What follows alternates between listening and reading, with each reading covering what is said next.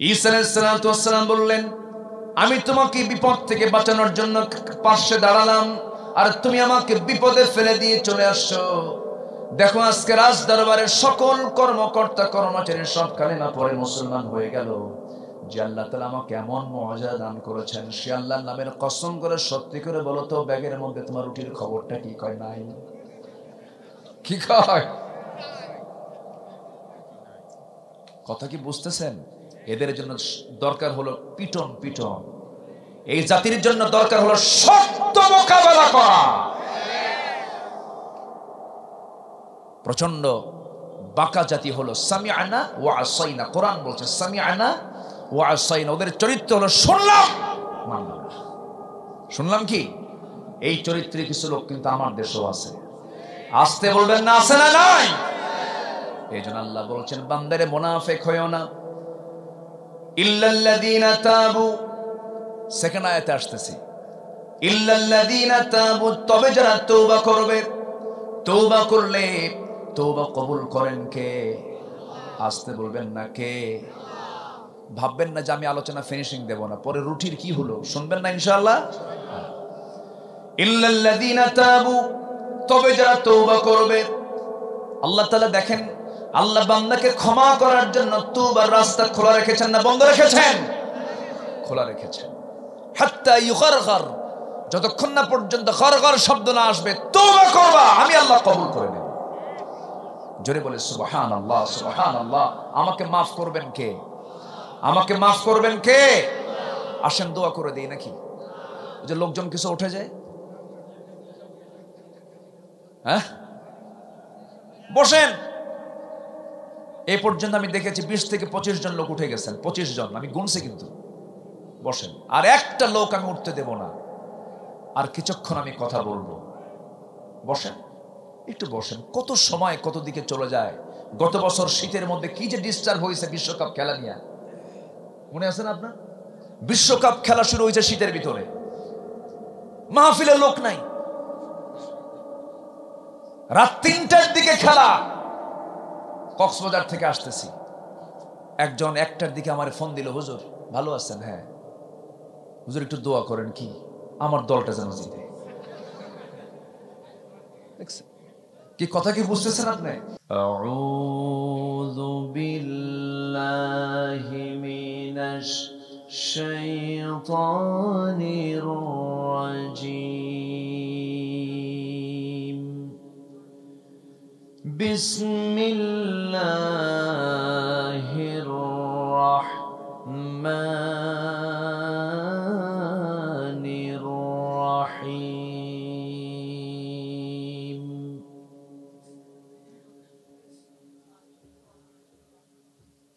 ইন্নাল মুনাফিকিনা ফিদ-দারকিল আসফালি মিনান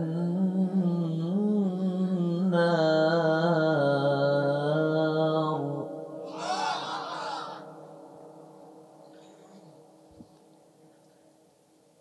ওয়ালান তাজিদ লাহুম নাসীরা।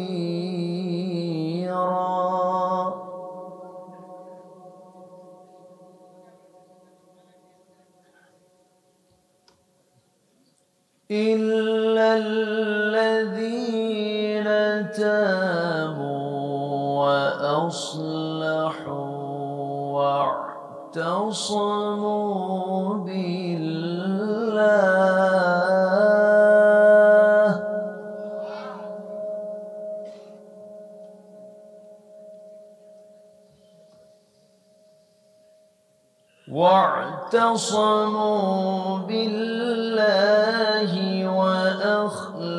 وأخلصوا دينهم لله فأولئك مع المؤمنين.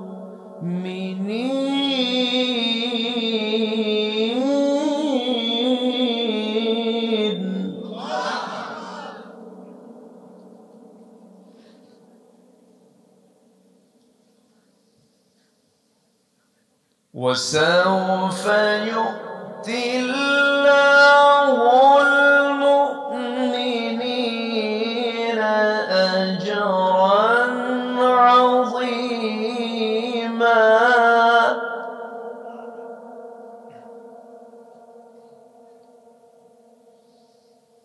ما يفعل الله بعذابكم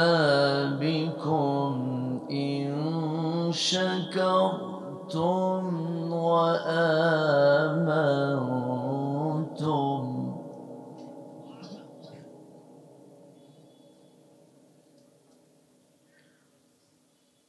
وكان الله شاكرا عليما.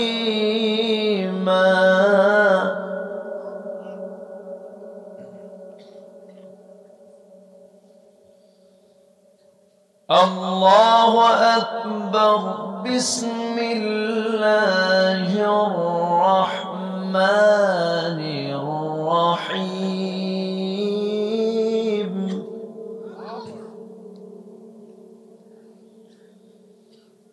إن الله وملائكته يصلون على النبي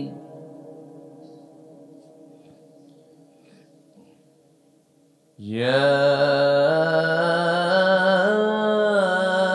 أيها الذين آمنوا صلوا عليه وسلموا تسليما. اللهم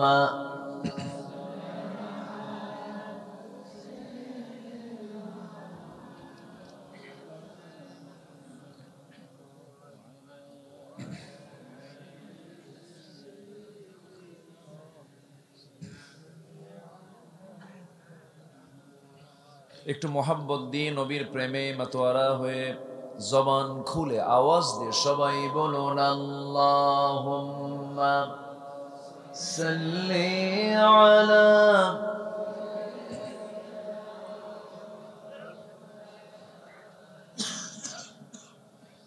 ওয়া আলা আলি সাইয়্যিদিনা।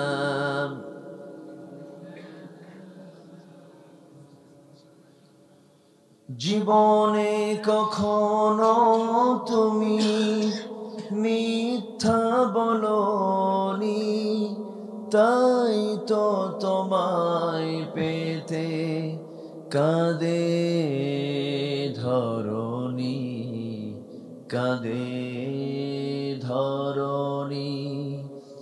তোমারই মতো নেতা পেতে, তোমারই মতো নেতা পেতে পৃথিবী আকুল। হে রাসূল, হে রাসূল আল্লাহুম্মা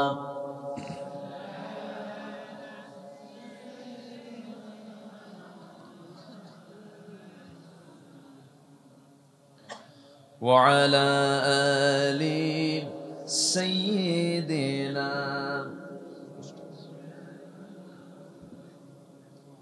সবাই বলুন বালাগাল উলা বিকামালিহি কাশাফাত তুজা বিজামালিহি حسنت جميع خصاله سلوا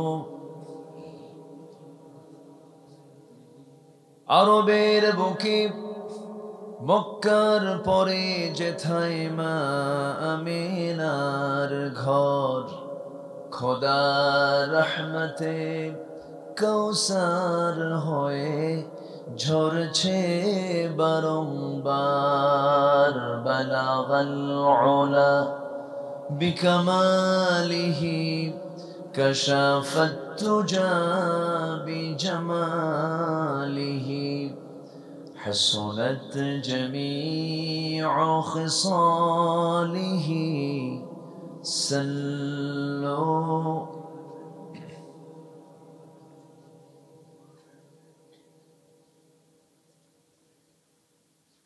যশোর অঞ্চলের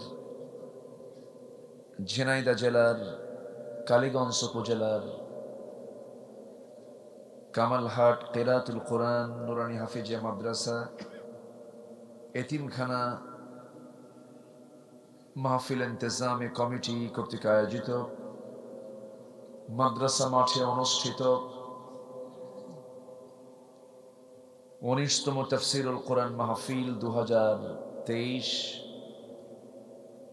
নভেম্বরে অনুষ্ঠিত আজকের এই মহৎ আয়োজনের সম্মানিত সুযোগ্য সভাপতি, আজকের মাহফিলের বরেণ্য সাহেব সদর সভাপতি জনাব কাউসার আলী মণ্ডল, আজকের মাহফিলের বরেণ্য প্রধান অতিথি মাননীয় সাংসদ, আমার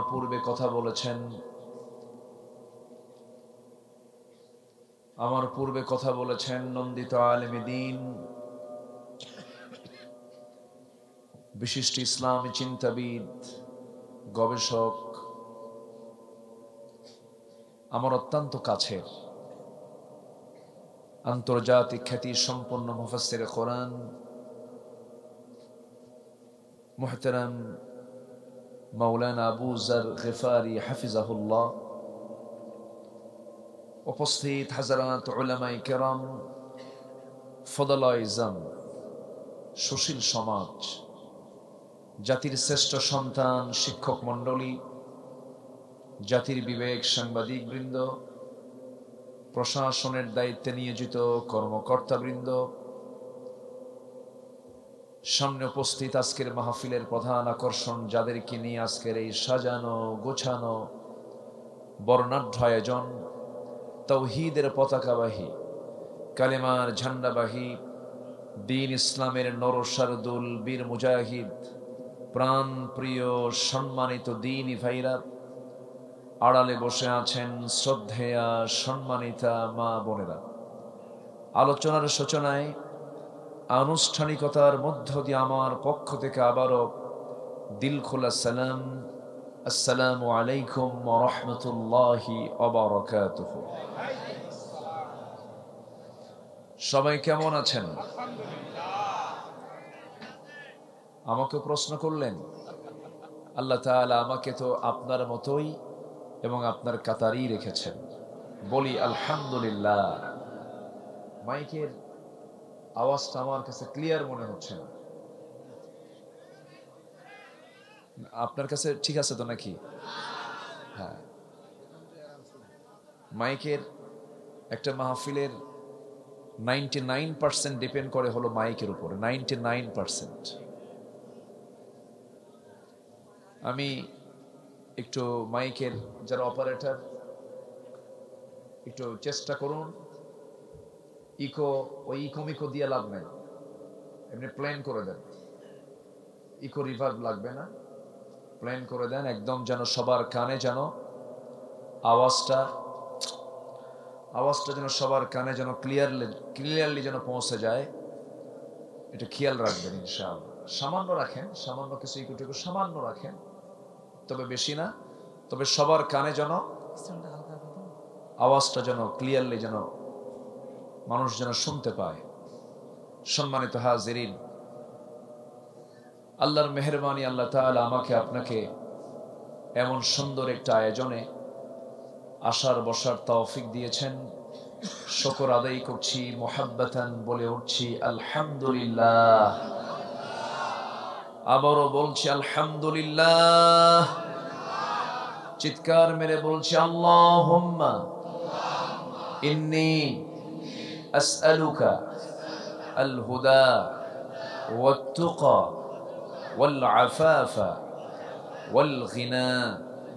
সবাই বলি আল্লাহুম্মা লাকা আসলামতু ওয়া বিকা আমানতু ওয়া আলাইকা তাওয়াক্কালতু ওয়া ইলাইকা আনাবতু ওয়া বিকা খাসামতু। আমরা আল্লাহ তাআলার শুকর আদায় করে নিলাম। এবছরের আমার মনে হচ্ছে আজকের রাতটা একটু শীতের ভাবটা একটু মনে হয় বেশি মনে হচ্ছে আমার কাছে। তো আমি একটু উঠতে দেরি হলো, শেষ হতে যদি একটু দেরি হয় কষ্ট হবে? সবাইকে আমাকে সময় দিবেন? সবাই সময় দিতে রাজি আছেন তো ইনশাআল্লাহ? সম্মানিত উপস্থিতি, আমার পূর্বে যিনি কথা বলেছেন খুবই দামি কথা বলেছেন, অত্যন্ত চমকপ্রদ, দলিলে ভরা, প্রাঞ্জল ভাষায়। উনি এমন এলাকার মানুষ, বাই বর্ন, জন্মগতভাবেই সহি বাংলা শেখা একজন মানুষ। চুয়াডাঙ্গা এবং মেহেরপুর, গোটা পৃথিবীর ভিতরে বাংলা ভাষার শ্রেষ্ঠ ভাষা হচ্ছে চুয়াডাঙ্গা মেহেরপুরের বাংলা ভাষা। আলহামদুলিল্লাহ বলেন। মানে গ্রেটার যশোর, কুষ্টিয়ার ভিতরে সবচাইতে সহি বাংলা হলো মেহেরপুর, চুয়াডাঙ্গা। তো ওনার প্রাঞ্জল ভাষায় তিনি কথা বলেছেন। আমি তো শেষে এসে ভাঙ্গা চূড়া কিছু কথা বলতে আসছি। আমাকে সময় দেবেন তো ইনশাআল্লাহ? আমার ভাইয়ের সাথে আমার দীর্ঘদিনের সম্পর্ক, আজ থেকে না হলেও 15 বছর হবে। 15 বছর, যে সময় হাতে গোনা কিছু মুফাসসির ছিল, এখন তো বহু মুফাসসির, এখন তো অনেক আলোচক বের হয়ে গেছে। আমার ভাই অনেক পুরাতন মানুষ, আল্লাহ তুমি তার জীবনটাকে দ্বীনের জন্য কবুল করে নাও, তার জেহেন জবানকে ইসলামের জন্য কবুল করে নাও। জোরে বলি আল্লাহুম্মা আমিন। সম্মানিত হাজিরিন, আমরা যে কিতাবকে নিয়ে বসেছি, এই কিতাব যদি নাজিল না হতো আজকের মাহফিল হতো? কোরআন নাজিল হয়েছে বলেই তো মাহফিল হচ্ছে। এটা কিসের মাহফিল বলেন তো? বলেন কিসের মাহফিল? এটা কি ছোটখাটো কোনো বিষয় বলেন তো? পৃথিবীতে আমরা যা কিছু দেখি সব কোরআনের তুলনায় কিছুই না। এই বিশাল আকাশ, এটা মাখলুক। আকাশের ওই যে আলোকিত চাঁদ, এটা মাখলুক। এবং অসংখ্য তারকারাজি সব মাখলুক। এগুলো সব একদিন ধ্বংস হবে, কিন্তু যে কিতাবকে নিয়ে আজকের মাহফিল, সেই কিতাব কখনো ধ্বংস হবে না। জোরে বলুন সুবহানাল্লাহ। এই মাহফিলকে ছোট মনে করার কি কোনো সুযোগ, চোখে দেখার কি কোনো সুযোগ আছে বলেন তো? নাই। খাটো চোখে দেখার কোনো সুযোগ নেই। এবং যারা বসেছি কোরআন শোনার জন্য, তাদেরই কি সম্মান খুব কম না সবচেয়ে বেশি? সবচেয়ে বেশি। কোরআন শুনতে আসা এটা ভাগ্যের ব্যাপার, বিশাল নসিবের ব্যাপার। এটা আসতে পেরেছি, আবারও বলছি আলহামদুলিল্লাহ। যদি কোরআনটাকে শুনি, আল্লাহ তাআলা বলছেন যে কোন কোন বান্দারা মানে উলুল আলবাব, সচেতন বান্দা কারা। আল্লাহ রাব্বুল আলামিন বলেন, আল্লাযীনা ইসতামিউনাল কওলা ফায়াত্তাবিউনা আহসানাহু উলাইকাল্লাযীনা হাদাহুমুল্লাহ ওয়া উলাইকা হুম উলুল আলবাব। জোরে বলুন আল্লাহু আকবার। যারা এই কিতাবের আলোচনাগুলো শোনে এবং ইত্তেমা যারা করে, আল্লাহ বলেছেন এই সমস্ত বান্দারাই হলো হেদায়েত প্রাপ্ত বান্দা, এবং এরাই হলো চক্ষুওয়ালা, উলুল আলবাব। এই অতএব এখানে যারা বসে আছি আমরা সবাই অচেতন না সচেতন? বলেন বলেন বলেন। কোরআন বলছে আমরা সবাই কি বলেন? সচেতন। উলুল আলবাব যারা, তারাই কোরআনটাকে শোনে, তারাই কোরআনটাকে ফলো করে, এবং তারাই হচ্ছে আল্লাহর হেদায়েতের পথে। জোরে বলি সুবহানাল্লাহ। আর যারা শোনে না তারা কি? বোকা। তারা কি বলেন? বোকা। এবং তাদের ফলাফল কি আল্লাহ তাও জানিয়ে দিচ্ছে। আল্লাহ রাব্বুল আলামিন বলেন, ওয়াল ইন্নাল্লাযীনা কাযযাবু বিআয়াতিনা ওয়াস্তাকবারু আনহা লা তুফাত্তাহু লাহুম আবওয়াবুস সামাই ওয়া লা ইয়াদখুলুনাল জান্নাহ হাত্তা ইয়ালিজাল জামালু ফি সাম্মিল খিয়াত وكذلك نجزي المجرمين। জোরে বলুন আল্লাহু আকবার। সূরাতুল আরাফ আয়াত নম্বর 40। আল্লাহ রাব্বুল আলামিন বলছেন, ইন্নাল্লাযীনা কাযযাবু, নিঃসন্দেহে যারা মিথ্যা প্রতিপন্ন করেছে আমার আয়াতকে, মিথ্যা মনে করে এক জিনিস, আবার মিথ্যাকে প্রমাণ করার জন্য যারা ব্যস্ত হয়ে ওঠে, এখানে বাবে তাফঈল থেকে এসেছে সাররাফা ইসাররিফু, কাযযাবা ইউকাযযিবু, যারা মিথ্যা প্রতিপন্ন করে আমার আয়াতকে এবং অহংকার যারা প্রদর্শন করে, আল্লাহ রাব্বুল আলামিন বলছেন আমি আল্লাহ তাদের জন্য আসমানের কোনো দরজা কখনো খুলবো না। আমার বন্ধুগণ, যাদের জন্য আসমানের দরজা খোলা হবে না তারা কি ভাগ্যবান না পোড়া কপাল? ভাগ্যবান না পোড়া কপাল? পোড়া কপাল। এই আয়াতটা যখন আমি দেখি প্রচন্ড ভয় পাই, কারণ কোরআনে কারীমের ভিতরে এমন কিছু আয়াত আছে যে আয়াতগুলো দেখলে মনে হয় আমি কখনোই জান্নাত পাবো না। আবার যখন কিছু কিছু আয়াত দেখতে পাই মনে হয় আল্লাহ আমাকে মাফ করে আমাকে জান্নাত দিবে।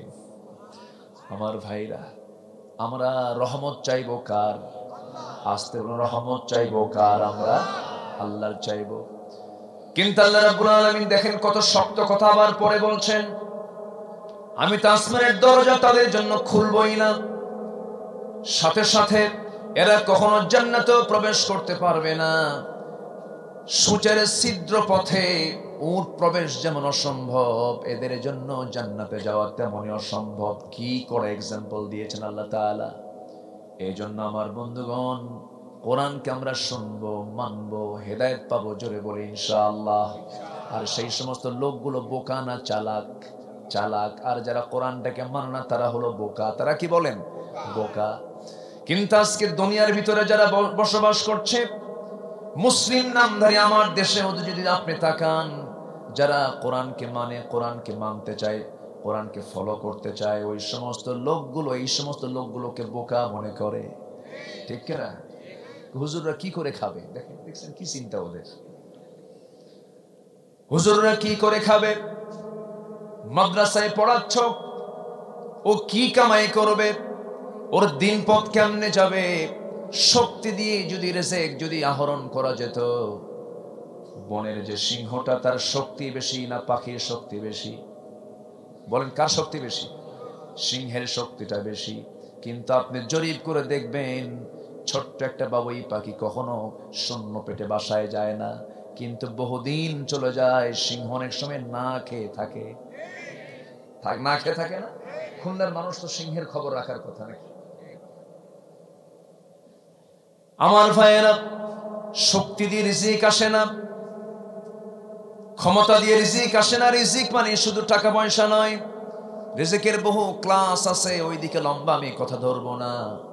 আমার বন্ধুগণ, কোরআনকে নিয়ে আমরা থাকবো এক জায়গায় না সব জায়গায়? আসতে বলবেন না, এক জায়গায় না সব জায়গায়? সব জায়গায় থাকতে হবে। কিন্তু মুনাফিকরা কোরআনটাকে আংশিক মানে, আংশিক মানে না।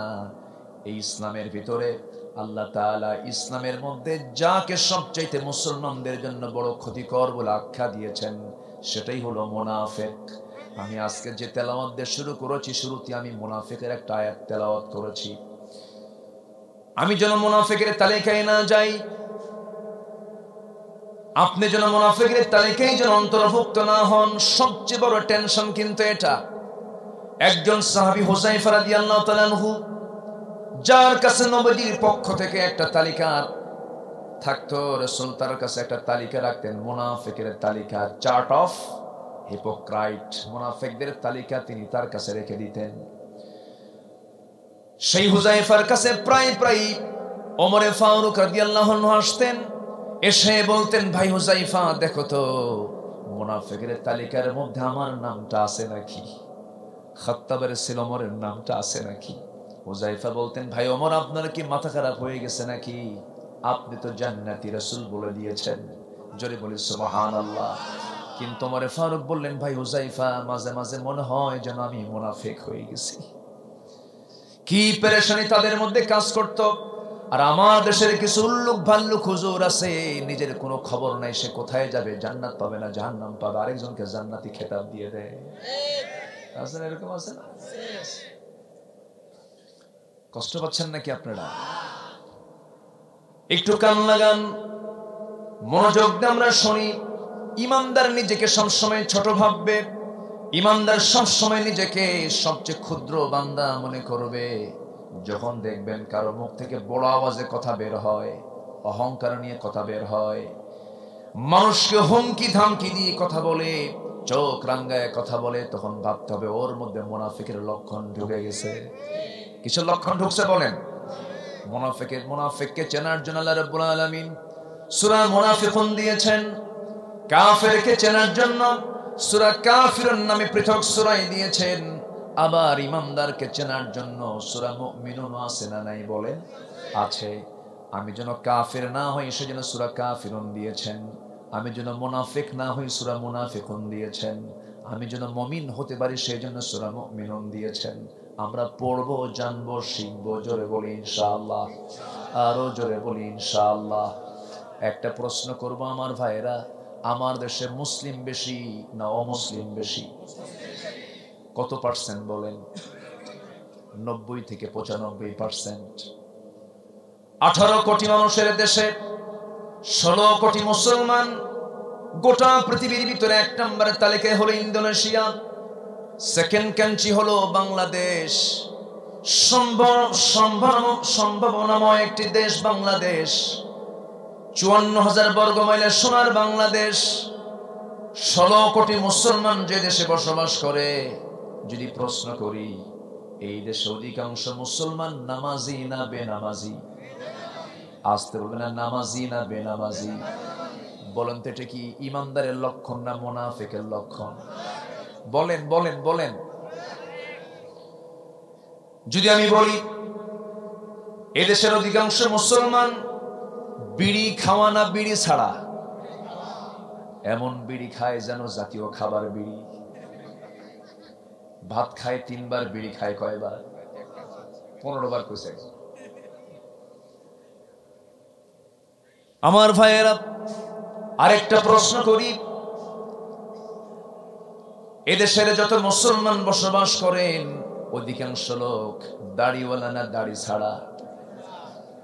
এই রাস্তাটা বন্ধ করে দিবে না, এই রাস্তায় যেন কেউ চলাচল না করে, এটা ক্লোজ। কষ্ট পাচ্ছেন নাকি আপনারা? দাড়িওয়ালা না দাড়ি ছাড়া? আচ্ছা, দাড়ি কাটা কোন নবীর সুন্নত কোন বলেন তো? কোন একজন নবীর নাম বলেন যে নবী দাড়ি কাটছেন। এরকম কোন নবী কি আসছেন পৃথিবীতে? দাড়ি ছাড়া কোন নবী আছে পৃথিবীতে? আপনি দাড়ি কাটেন কেন? এখানেও যদি বলি, এখানে যারা বসে আছেন অধিকাংশ লোক দাড়িওয়ালা না দাড়ি ছাড়া? বলেন দাড়ি ছাড়া। আচ্ছা, কষ্ট পাচ্ছেন নাকি আপনারা? আমার ভাইয়েরা, তাহলে এমনটা তো হওয়ার কথা ছিল না। আরেকটা প্রশ্ন করব, যে কোরআন শোনার জন্য সবাই এসেছেন।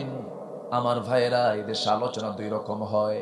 একটা কোরআন দিয়ে আলোচনা হয়, একটা কোরআন ছাড়া আলোচনা হয়। কোরআন ছাড়া মাহফিলটাকে রঙ্গমঞ্চ বানানো এমন কিছু আলোচক আমার দেশে এখন হাইব্রিড জাতের আছে না নাই বলেন?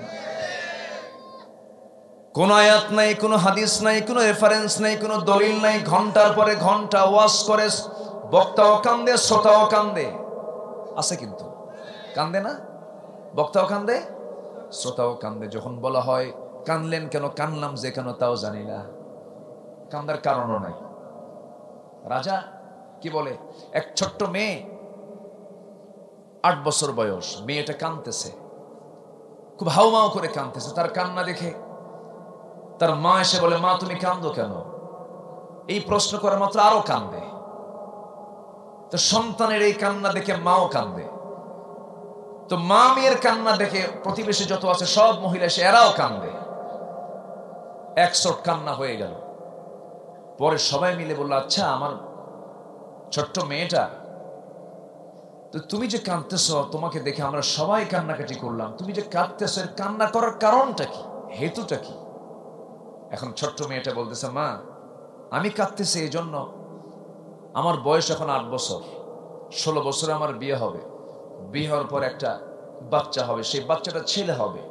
সেই বাচ্চাটার বয়স যখন 8 বছর হবে, হঠাৎ করে যদি মরে যায়, হঠাৎ করে যদি মারা যায়, আমি থাকবো কেন, এই টেনশন আমি কাঁদি। অথচ ওইদিকে বিয়েই হয় না। এরকম অযৌক্তিক কান্না, অযৌক্তিক কিছু কথা সমাজে আজকে আছে না নাই? কেন জানেন? শ্রোতা যদি কোরআন বুঝতো, শ্রোতা যদি কোরআন তেলাওয়াত করতে পারত, তাহলে তারা এই সুযোগটা পেত না। ঠিক কিনা বলেন? যদি বলি এখানে কোরআন পড়তে পারেন সহি করে, হাত কি বেশি উঠবে? কম উঠবে। হাত যদি বেশি উঠতো, মুসলমানের আলোচনা সবাই করতে পারতো না, কথাও বলতে পারতো না। কোরআন ছাড়া যে কথা বলে সেই কথার কোনো মূল্য নাই। যে মাহফিল আয়াত বেশি হবে, আমার ভাইজান যখন কথা বলছিলেন বহু আয়াত তিনি বলেছেন, যত আয়াত হবে তত বরকত হবে, ফেরেশতারা দোয়া করবে। জোরে কোন সুবহানাল্লাহ, আরো জোরে বলি সুবহানাল্লাহ। আমার ভাইয়েরা, মুনাফিকের তালিকায় যাওয়া যাবে না। একজন সাহাবীর নাম হানজালা। সেই সাহাবী হঠাৎ করে বাড়ি থেকে বের হলেন, দৌড়ায় দৌড়ায় তিনি রাসূলের দরবারে যাচ্ছেন আর বলছেন, না ফাকা হানজালা, না ফাকা হানজালা, না ফাকা হানজালা। দৌড় মেরে মেরে নবীর কাছে গিয়ে পৌঁছবেন, এমন সময় সাইয়েদনা আবু বকরের সঙ্গে দেখা। বলছে, হানজালা তুমি দৌড়াও কেন? হানজালা বলছেন, ভাই আমি তো মুনাফিক হয়ে গেছি মনে হয়।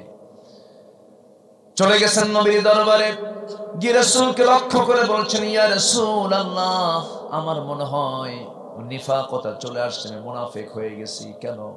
আপনার সামনে যখন বসে থাকি দুনিয়ার কোনো কথা মনে হয় না, আপনার সামনে থেকে যখন বাড়িতে চলে যাই দুনিয়ার কথা মনে হয়। আমার মনে হয় মুনাফিকই চলে আসছি।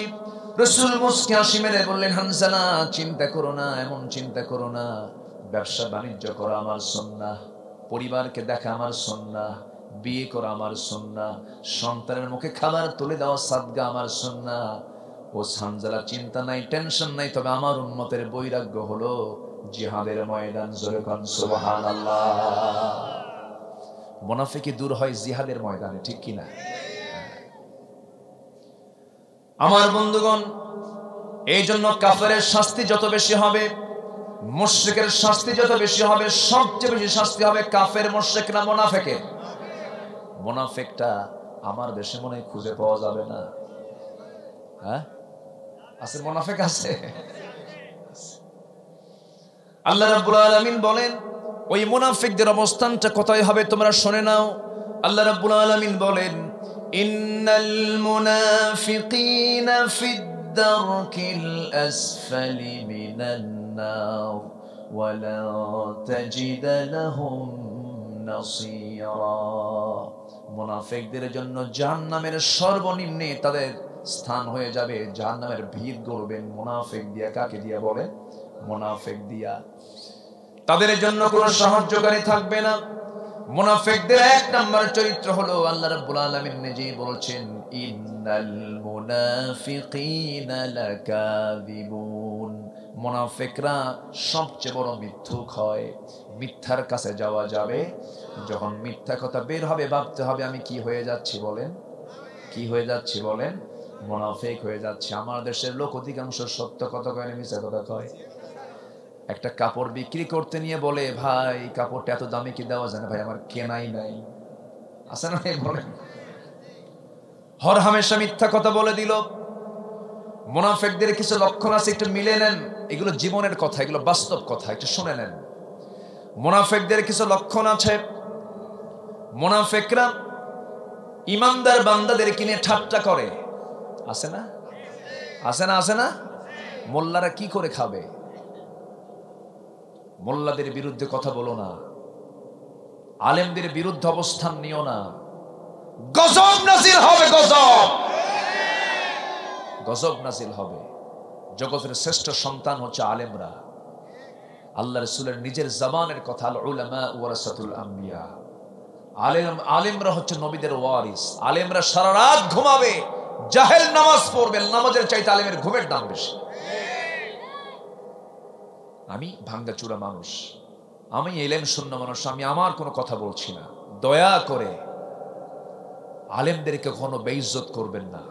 কিন্তু দুঃখজনক হলো সত্য, বর্তমান পৃথিবীতে সবচেয়ে জুলুমের শিকার হলো, মাজলুম হচ্ছে আলেমরা, আলেমরা, আলেমরা।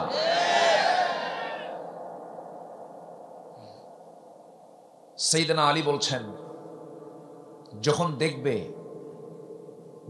দেখবে মূর্খরা ক্ষমতার চেয়ারে বসে আছে, আর জ্ঞানী মানুষ তারা পালিয়ে বেড়াচ্ছে, কিয়ামত খুব কাছাকাছি। আমার কথা কি বোঝা যায়? আমার কথা কি বোঝা যায়? মুনাফিকরা অহংকারী হয়। কি হয়? তাহলে মুনাফিকের চরিত্র বিনয়ী না অহংকার? অহংকারটা মুনাফিক থেকে আসে, মুনাফিকরা এই অহংকারটা দেখাতে পারে। ইলমের অহংকার আছে না নাই বলেন? ইলমের অহংকার আছে না? আলেমদের মধ্যে আবার কিছু আছে অহংকারী, আছে না নাই? দেখবেন শুধু শুধু অহংকার, ইলমের অহংকার। ও কি জানে, ও কি জানে, ও কি পড়ছে, ও কি পড়ছে, ও তো ছাগল, ও তো গরু, আর নিজ একটা আরেকটা রাম ছাগল। ঠিক কিনা?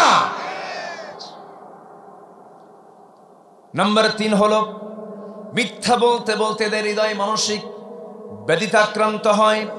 নাম্বার 4 হলো মুমিনদেরকে মূর্খ আখ্যা দেয়।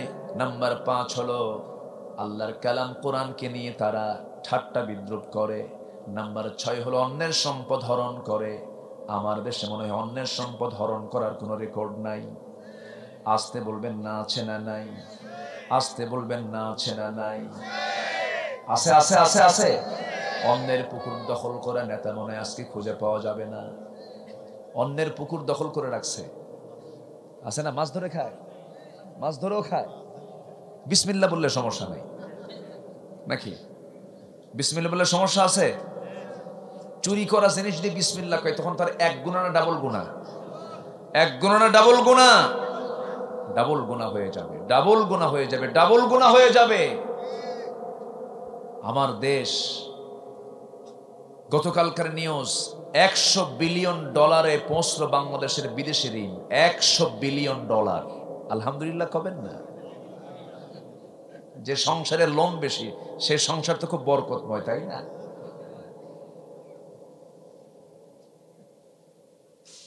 আমরা কোথায় আছি?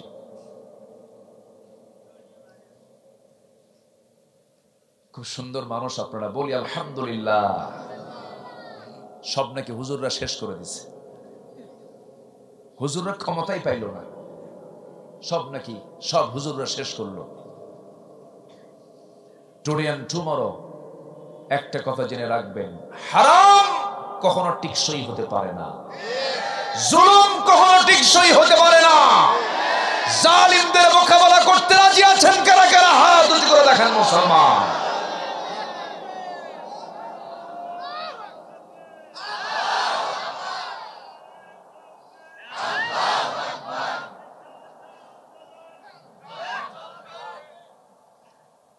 থেমে গেলেন? দেন না। কোরআনের আলো, কোরআন আছে যেখানে সব সমস্যার সমাধান। এই যুবকরা তোমরা নাই বুড়া চাচাকে তুলে দিস, হ্যাঁ? কষ্ট পাচ্ছেন নাকি আপনারা? বলি আলহামদুলিল্লাহ। সূরা নিসা থেকে আমি আলোচনা শুরু। সূরা নিসা মানে নারী জাতি। মায়েরা আছে তো নাকি? মায়েরা আছে না?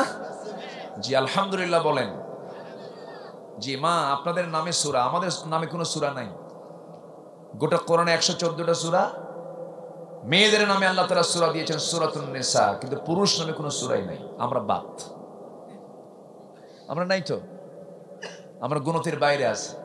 সূরা নিসা আছে কিন্তু সূরা রিজাল নাই, পাবেন না তো। আল্লাহ তাআলা মেয়েদের অধিকার দিয়েছেন সবচেয়ে কম না সবচেয়ে বেশি? সবচেয়ে কম না সবচেয়ে বেশি? আল্লাহ নারীকে দিয়েছেন 3টা গুণ বেশি, মা মা মা, এরপরে বাবা। আল্লাহু আকবার বলেন। এরপরেও কই কিচ্ছু দেয় না। কি কয়? কিছুই দেয় না। কথা বলবো, কথা বলবো, সবাই শুনতে রাজি আছেন তো? মেয়েরা শিখে না তো, মেয়েরা জানে না, এই জন্যই তো বলে। দিন যদি শিখতো জানতো তাহলে এগুলো বলতো না। না শিখে না জেনে শুধু ভারতের সিরিয়াল দেখে। আমি কি ভুল বলছি? একটা সপ্তাহে জরিপ এসেছে, প্রতি সপ্তাহে দেশের অধিকাংশ মা বোন 72 ঘন্টা টিভি সেটের সামনে টিভি দেখে। জিনাইদা দেখে না? দেখে? এগুলো করা যাবে না। কষ্ট পাচ্ছেন নাকি আপনারা? কষ্ট পাচ্ছেন? এগুলো করা যাবে না। জীবনকে চেঞ্জ করতে হবে, জীবনকে ঘোরায় নিতে হবে। কার দিকে? আসতে বলবেন না, কার দিকে? এই যে আমরা বসে আছি রাতের বেলা, রাতের বেলা হয়তো নিরাপদে বাড়ি পর্যন্ত ফিরে গেলাম, যখন ঘুমাবো সেই সময় দোয়াটা কি বলেন? আল্লাহুম্মা বিইসমিকা আমুতু ওয়া আহইয়া। আল্লাহ তোমার নামে মরলাম, তুমি আবার আমাকে জিন্দা করো। যদি মরে গেলাম আর যদি না বেঁচে উঠি, আমার বন্ধুগণ, ঘুম থেকে উঠলে সকাল, আর ঘুম থেকে না উঠলে সকাল না পরকাল। বলেন কি? বলেন কি? পরকাল। আমার ভাইয়েরা, পরকালটা খুব কাছে, খুব কাছে, খুব কাছে। পরকালকে দূরে রাখার কোনো সুযোগ নাই। আল্লাহ রাব্বুল আলামিন এই জন্য বলছেন, ওয়াল আখিরাতু খায়রু ওয়া আবকা। আখিরাতটা তোমার জন্য শ্রেষ্ঠ, তোমার জন্য অবশিষ্ট, এটাই তোমার থেকে যাবে। এই দুনিয়ার কোনো কিছুই থাকবে না। যা দেখছো শুধু মায়া মরিচিকা। আল্লাহ রাব্বুল আলামিন বলেন, যুইনা লিন-নাসি হুব্বুশ শাহাওয়াতি মিনান নিসা ওয়াল বানিনা ওয়াল কানাতিরিল মুকান্তারাতি মিনাদ যাহাবি ওয়াল ফিদ্দা ওয়াল খাইলিল মুসাওওয়ামাতি ওয়াল আন'আমি ওয়াল হারথ যালিকা মাতাউল হায়াতিদ দুনিয়া ওয়াল্লাহু ইনদাহু হুসনুল মাআব। জোরে বলুন আল্লাহু আকবার। মানুষের জন্য আকর্ষণীয় করা হয়েছে নারীকে, পুরুষের জন্য নারীকে, নারীর জন্য পুরুষকে আকর্ষণীয় করে দেওয়া হয়েছে 6টা জিনিসের মধ্যে 1 নম্বর আল্লাহ রাব্বুল আলামিন নারীর কথা বললেন। আমার বন্ধুগণ, নারীর প্রতি পুরুষের টান আছে না নাই? আস্তে আস্তে করে মনে হয় নাই কারো। আছে না নাই? এই টানটা দিয়েছেন কে? এই টান থাকে কি কোনো দোষ নাকি? দোষ কিন্তু নয়। যৌন কামনা দোষ নয়, নারীকে কাছে পাওয়া দোষ নয়। কারণ নারীকে আপনি কাছে না পেলে আপনি আল্লাহর আদম সন্তান পৃথিবীতে আপনি দেখবেন কেমনে, পাবেন কেমনে? অবশ্যই টান থাকতে হবে। আদম ছাড়া হাওয়া চলতে পারেন না, হাওয়া ছাড়া আদম চলতে পারেন না। এই টানটা কে দিয়েছেন বলেন? আসতে বলেন, কে দিয়েছেন বলেন? কিন্তু আল্লাহ দেখতে চান সেই টানটা হতে হবে বৈধ না অবৈধ। আসতে বলবেন না, বৈধ না অবৈধ? বৈধ। কিন্তু আজকে সমাজে জেনা বেশি না বিয়া বেশি? বলেন বলেন বলেন বলেন বলেন। জেনা বেশি না বিয়া বেশি? জেনা। জেনাকে প্রমোট করা হয়। যুবকরা যে নেতৃত্ব মানতে গিয়ে তোমার হাতে সিগারেটের প্যাকেট তুলে দেয়, যে নেতৃত্ব মানতে গিয়ে তোমার হাতে মদের বোতল তুলে দেয়, যে নেতৃত্ব মানতে গিয়ে তোমাকে নামাজের কথা নেতা বলে না, যে নেতৃত্ব মানতে গিয়ে তোমার হাতে নারী তুলে দেয়, ওই নেতৃত্বের মুখে আমরা জুতা মারি, থুতু মারি।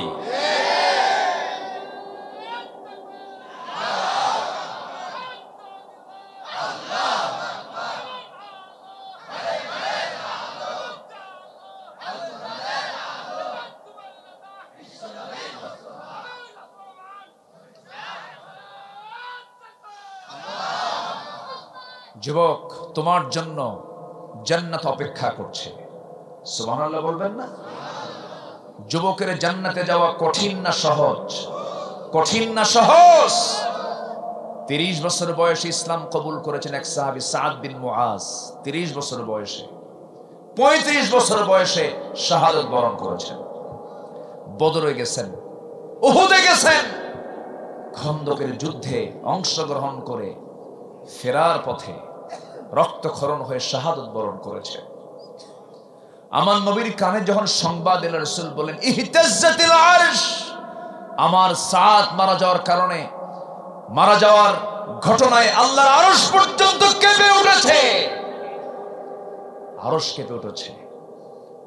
সম্মানিত ভাইয়েরা, এদেশের একজন কোটি জনতার হৃদয়ের স্পন্দন, এদেশের অগণন মানুষের হৃদয়ের কলিজার টুকরা মরহুম মকবুর পাখিটা খাঁচা থেকে মুক্ত হয়ে চিরদিনের মতো আল্লাহর মেহমান হয়ে চলে গেছে। তার ইন্তেকালের 10 মিনিট আগে ভূমিকম্প হয়েছিল। জানেন না, জানেন না, জানেন না? ইহতাজ্জাতিল আরশ, সাদ বিন মুআযের মৃত্যুতে আরশ কেঁপে উঠেছিল, বলেছেন মুহাম্মদ সাল্লাল্লাহু আলাইহি ওয়াসাল্লাম।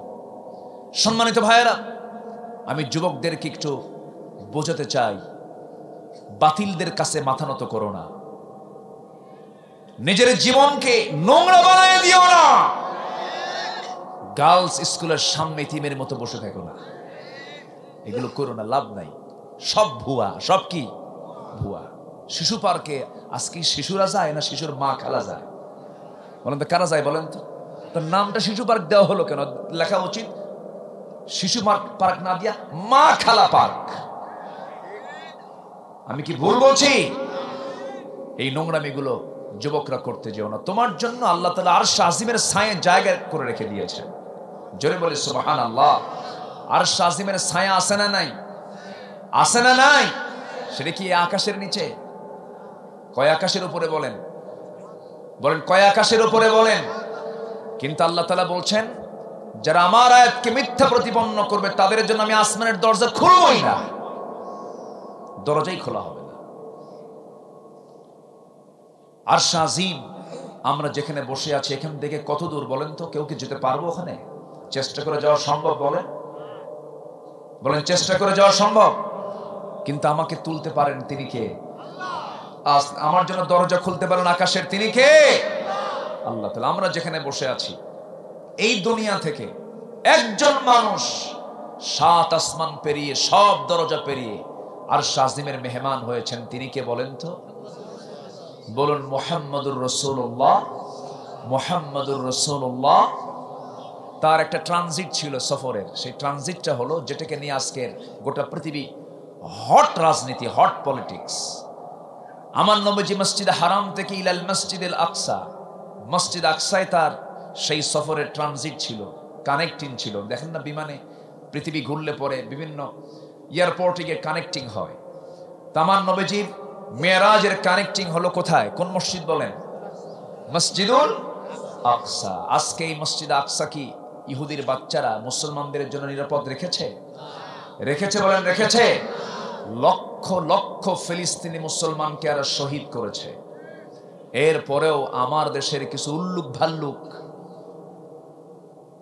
কিছু ঘোমটা দেওয়া কিছু শায়েখ নামের কলঙ্ক, এরা বলে হামাস ইসরায়েলকে হামলা করার কি দরকার ছিল? দেখেন, হামলা করার কি দরকার ছিল?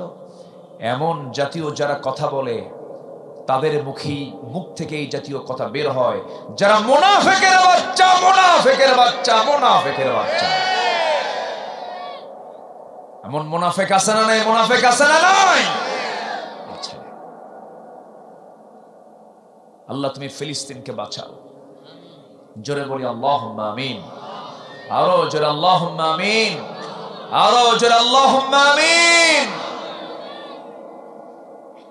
সম্মানিত ভাইয়েরা, ইহুদিরা মুসলমানদের বন্ধু না দুশমন? শুধু দুশমন না, মহা দুশমন। হাজার হাজার নবীকে হত্যা করেছে যারা, হাজার হাজার নবীর বিরুদ্ধে ষড়যন্ত্র করেছে যারা, ইভেন আমার নবীকে দুনিয়া থেকে বিদায় করার জন্য খাদ্যের মধ্যে বিষ ঢুকিয়েছে এরা। মদিনার আশেপাশে থাকা যাযাবরের মতো ইহুদির বাচ্চারা গোটা পৃথিবীতে আজও যাযাবর। পৃথিবীতে একটা রাষ্ট্র যে রাষ্ট্রের কোনো নির্দিষ্ট সীমান্ত এরিয়া নাই, সীমান্ত বর্ডার নেই, এরা শুধু ঠেলে। যারা জমি ঠেলে তারা কি ভালো মানুষ? এই জমি ঠেলে যারা, তারা কি ভালো মানুষ বলেন তো? এরা শুধু ঠেলতেইছে। যারা ঠেলালো এরা কি কখনো ভালো হতে পারে? এদের চরিত্র কি? একটা ইতিহাস বললে জিনিসটা ক্লিয়ার হবে। আমি একটু পরে ওই ইতিহাসের দিকে যাব, জোরে বলি ইনশাআল্লাহ। তো আল্লাহ তাআলা আরশ আজিমের ছায়া আমাকে জায়গা দিবেন, আমরা কি সেই জায়গায় আশ্রয় নেব না ইনশাআল্লাহ? সবাইকে নিতে রাজি আছি? সবাইকে নিতে রাজি আছি? কিন্তু আরশ আজিমটা কোথায় দেখেন, একটু কান লাগান, মনোযোগ দিয়ে শোনেন, একটু গভীর চিন্তা করে শুনতে হবে, কানটা খাড়া করে শুনতে হবে। আমি এখানে যে বসে আছি ঝিনাইদহ জেলার কালীগঞ্জের কামালহাট নামক এলাকায় আমরা বসে আছি। আমরা মানুষ, এখান থেকে আমরা দেখতে পাই রাতের বেলা চাঁদ, ওই যে চাঁদটা দেখা যাচ্ছে আকাশে সুন্দর মিটিমিটি করে, চাঁদের পেছনে মিটিমিটি করে অসংখ্য তারকারাজিও দেখতে পাই রাতের বেলা। দিনের বেলা প্রদীপ্ত সূর্য দেখতে পাই। এই যে সূর্য আমাকে আপনাকে তাপ দিয়ে যাচ্ছে, যুগ যুগ ধরে নয়, কোটি কোটি বছর ধরে আমাকে আপনাকে তাপ দিয়ে যাচ্ছে। এই সূর্যটা বড় না পৃথিবীটা বড়? বলেন তো। সূর্য প্লেটের মতো দেখা গেল অনেক দূরে থাকার কারণে সূর্যই পৃথিবীটার থেকে ছোট দেখা গেল, পৃথিবীর চাইতে সূর্য বড় নয়। বিজ্ঞান বলছে, তাদের ধারণা 13 লক্ষ গুণ বড়। ঠিক আছে, 13 লক্ষ গুণ বড়। এই সূর্যের চাইতে আমার রাতের বেলা যে চাঁদ দেখি, সেই চাঁদের পেছনে মিটিমিটি করে জোনাকির মতো জ্বলা সেই তারকাগুলো যে আমরা দেখতে পাই, সূর্য বড় না, সেই তারকাগুলো বড়। তারকাগুলো বড়। ব্যাটেল জয়ী সুপারনোভা, প্রক্সিমা সেন্ট্রাই, অসংখ্য কোটি কোটি মিলিয়ন বিলিয়ন তারকারাজিগুলো মহান রব্বুল আলামিন আকাশে সুসজ্জিত রেখে দিয়েছেন। এক একটা গ্যালাক্সির মধ্যে 500 বিলিয়ন করে তারকা রেখে দিয়েছেন। এক একটা তারকা আছে, ব্যাটেল জুইস নামে একটা তারকা আছে, সূর্যের চাইতে বেশি নয়, মাত্র 33 কোটি গুণ বড়। মনে হয় ছোট হয়ে গেছে নাকি? সুবহানাল্লাহ তো আস্তে কম কেন? জোরে বলেন না সুবহানাল্লাহ। একটা তারকা যদি 33 কোটি গুণ বড় হয়, ওই তারকা অসংখ্য তারকা দিয়ে আল্লাহ তাআলা মহাশূন্য ডেকোরেট করেছেন। যায়্যানাস সামা, মহাকাশকে সুসজ্জিত করে রেখে দিয়েছেন। মানুষ চাঁদে গেছে, চাঁদের দেশে গিয়ে চাঁদটাকে ফাটা দেখে, চাঁদের ওখানে গিয়ে আল্লাহু আকবার আওয়াজ শুনে কালেমা পড়ে মুসলমান হয়ে গেছে চাঁদের কমিটি। মানুষ মঙ্গল গ্রহে গেছে, কিন্তু চাঁদ দেখলো, মঙ্গল গ্রহ দেখলো, কিন্তু বান্দা যদি চিন্তা করে আমি একটু তারকার দেশ দেখতে যাব, সবচেয়ে নিকটবর্তী তারকার দেশ হলো প্রক্সিমা সেন্ট্রাই। প্রক্সিমা সেন্ট্রাই যদি কেউ দেখতে চায়, বিমানে চললে হবে না, হেলিকপ্টারে চললে হবে না, তাকে চড়তে হবে নভোযানে। কোন নভোযানে যদি কোনো বান্দা চড়ে, এক একটা নভোযান বিজ্ঞানীরা আবিষ্কার করেছেন, লেটেস্ট নভোযান হলো অ্যাপোলো 11, যার ঘন্টার গতি হলো 39,000 কিলোমিটার। 39,000 কিলোমিটার বেগে কোনো নভোযানে চড়ে যদি বান্দা ওই প্রক্সিমা সেন্ট্রাই নামক সেই তারকার দেশ যদি দেখতে চায়, তারা যেতে সময় লাগবে 1,15,000 বছর মাত্র। যাবেন কারা কারা? হাত তোলেন, বলেন সম্ভব? আসতে বলে সম্ভব। এখন দেখেন, এই বিশাল মহাশূন্যের মাঝে ছোট্ট একটা ভূখণ্ডের ঝিনাইদহ কালীগঞ্জের এই মোড়ে আমরা একটা ছোট্ট একটা বান্দা। আর সেই বান্দা যখন অহংকার করে, তখন আল্লাহ কি মনে করেন বলেন তো? বলেন তো। অহংকার করো না, ক্ষমতা টেকসই হয় না, ঠিক কিনা? ফেরাউন জানতো না আমার মৃত্যু দরিয়ায় হবে। নমরুদ জানতো না ন্যাংরা মশা দিয়ে আমাকে বিদায় হতে হবে, ন্যাংরা মশা দিয়া আমাকে মরতে হবে। কিন্তু নমরুদ বিদায় হয়েছে ন্যাংরা মশার কামড় খায়া, ঠিক কিনা বলেন? ফেরাউনের পতন হয়েছে কিনা বলেন? দাপুটে দাপুটে নেতা পৃথিবীতে কেউ টিকতে পারে নাই। কুফর দিয়ে শাসন চলতে পারে, জুলুম দিয়ে টিকতে পারে না, পারে না, পারে না। সত্যের বিজয় আছে না নাই? আসতে বলবেন না, আছে না নাই? অতএব মুনাফিকের তালিকায় আমরা থাকবো না। জোরে বলি ইনশাআল্লাহ। আমরা তালিকায় আসতে চাই মুনাফিকের না মুমিনের? বলেন কিসের? কিসের তালিকায়? কিসের তালিকায়? মুমিনের তালিকায় থাকবো। জোরে বলি ইনশাআল্লাহ। মুমিনের তালিকায় থাকলে কি ইহুদির সঙ্গে কোনো সম্পর্ক রাখা যাবে? ইহুদি মুসলমানদের কোনোদিন বন্ধু ছিল না, বন্ধু হতে পারে না। এরা খুব বাঁকা একটা জাতির নাম। ছোট্ট একটা ইতিহাস আমার মনে পড়লো। একজন পয়গম্বর এখনো মারা যাননি, তিনি আবার আসবেন পৃথিবীতে। তিনি আসমানে আছেন, তিনি দাজ্জালকে মোকাবেলা করবেন। যিনি কবরবাসীর সামনে দাঁড়ালে বলতেন কুম বিইজনিল্লাহ, কবরবাসী দাঁড়িয়ে যেত। সেই নবীর কবর হবে আমার নবীর কবরের পাশে। সেই নবীটার নাম কি বলেন? এত তাড়াতাড়ি বললেন। আচ্ছা, ঈসার সম্পর্কে খ্রিস্টানদের ধারণা কি বলেন তো? ওরা ঈসাকে কি বলে বলেন তো? আল্লাহর ছেলে। বলেন তো এই কথা শুনলে কি আল্লাহর সহ্য হতে পারে? বলেন তো, বলেন বলেন বলেন, সহ্য হতে পারে? আচ্ছা, ইহুদিরা কি বলে বলেন তো? ওজাইর হলো আল্লাহর ছেলে। ওয়াকালাতিল ইয়াহুদু উযাইর ইবনুল্লাহ ওয়াকালাতিন নাসারাল মাসীহ ইবনুল্লাহ। তাহলে এত বড় একটা মিথ্যা অপবাদ আল্লাহর বিরুদ্ধে যারা চাপিয়ে দেয়, তারা কি আমাদের বন্ধু হতে পারে? আবার কি কয় জানেন? ইহুদিরা নাকি মুশরিক না। হ্যাঁ, এক বুজুর্গ কইছে যে ইহুদিরা নাকি মুশরিক না। এরা কি এই আয়াতটা এদের চোখে পড়ে না? মুনাফিকের চোখে হক কথা পড়ে না। ঈসা আলাইহিস সালাতু ওয়াস সালাম একদিন বসে আছে, নাকি ইহুদি এসে বলতেছে, ঈসা আমি তোমার সঙ্গে থাকতে চাই, আমি তোমার সফর সঙ্গী হতে চাই। ঈসা বললেন, তুমি তো বাঁকা জাতি, তুমি পারবা না।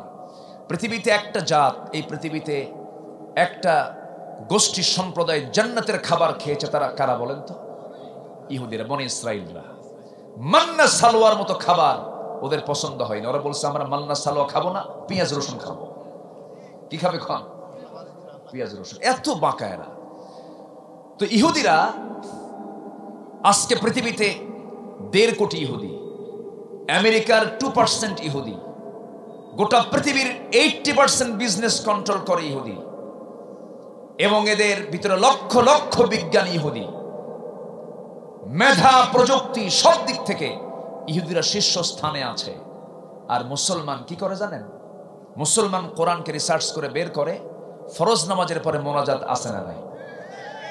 কথা বোঝেন না? এই হচ্ছে মুসলমানের ইমানের দৌড়। ঈসা আলাইহিস সালাতু ওয়াস সালাম বললেন, ইহুদি তুমি আমার সঙ্গে যেতে চাও? হ্যাঁ। তুমি তো বাঁকা, তোমাকে নিয়ে কোনো লাভ হবে না, তোমার কপালে হেদায়েত হবে না। কেন আপনি একটু আমাকে সাথে নেন, আমি আপনাকে একটু দেখতে চাই। আচ্ছা ঠিক আছে, আসো।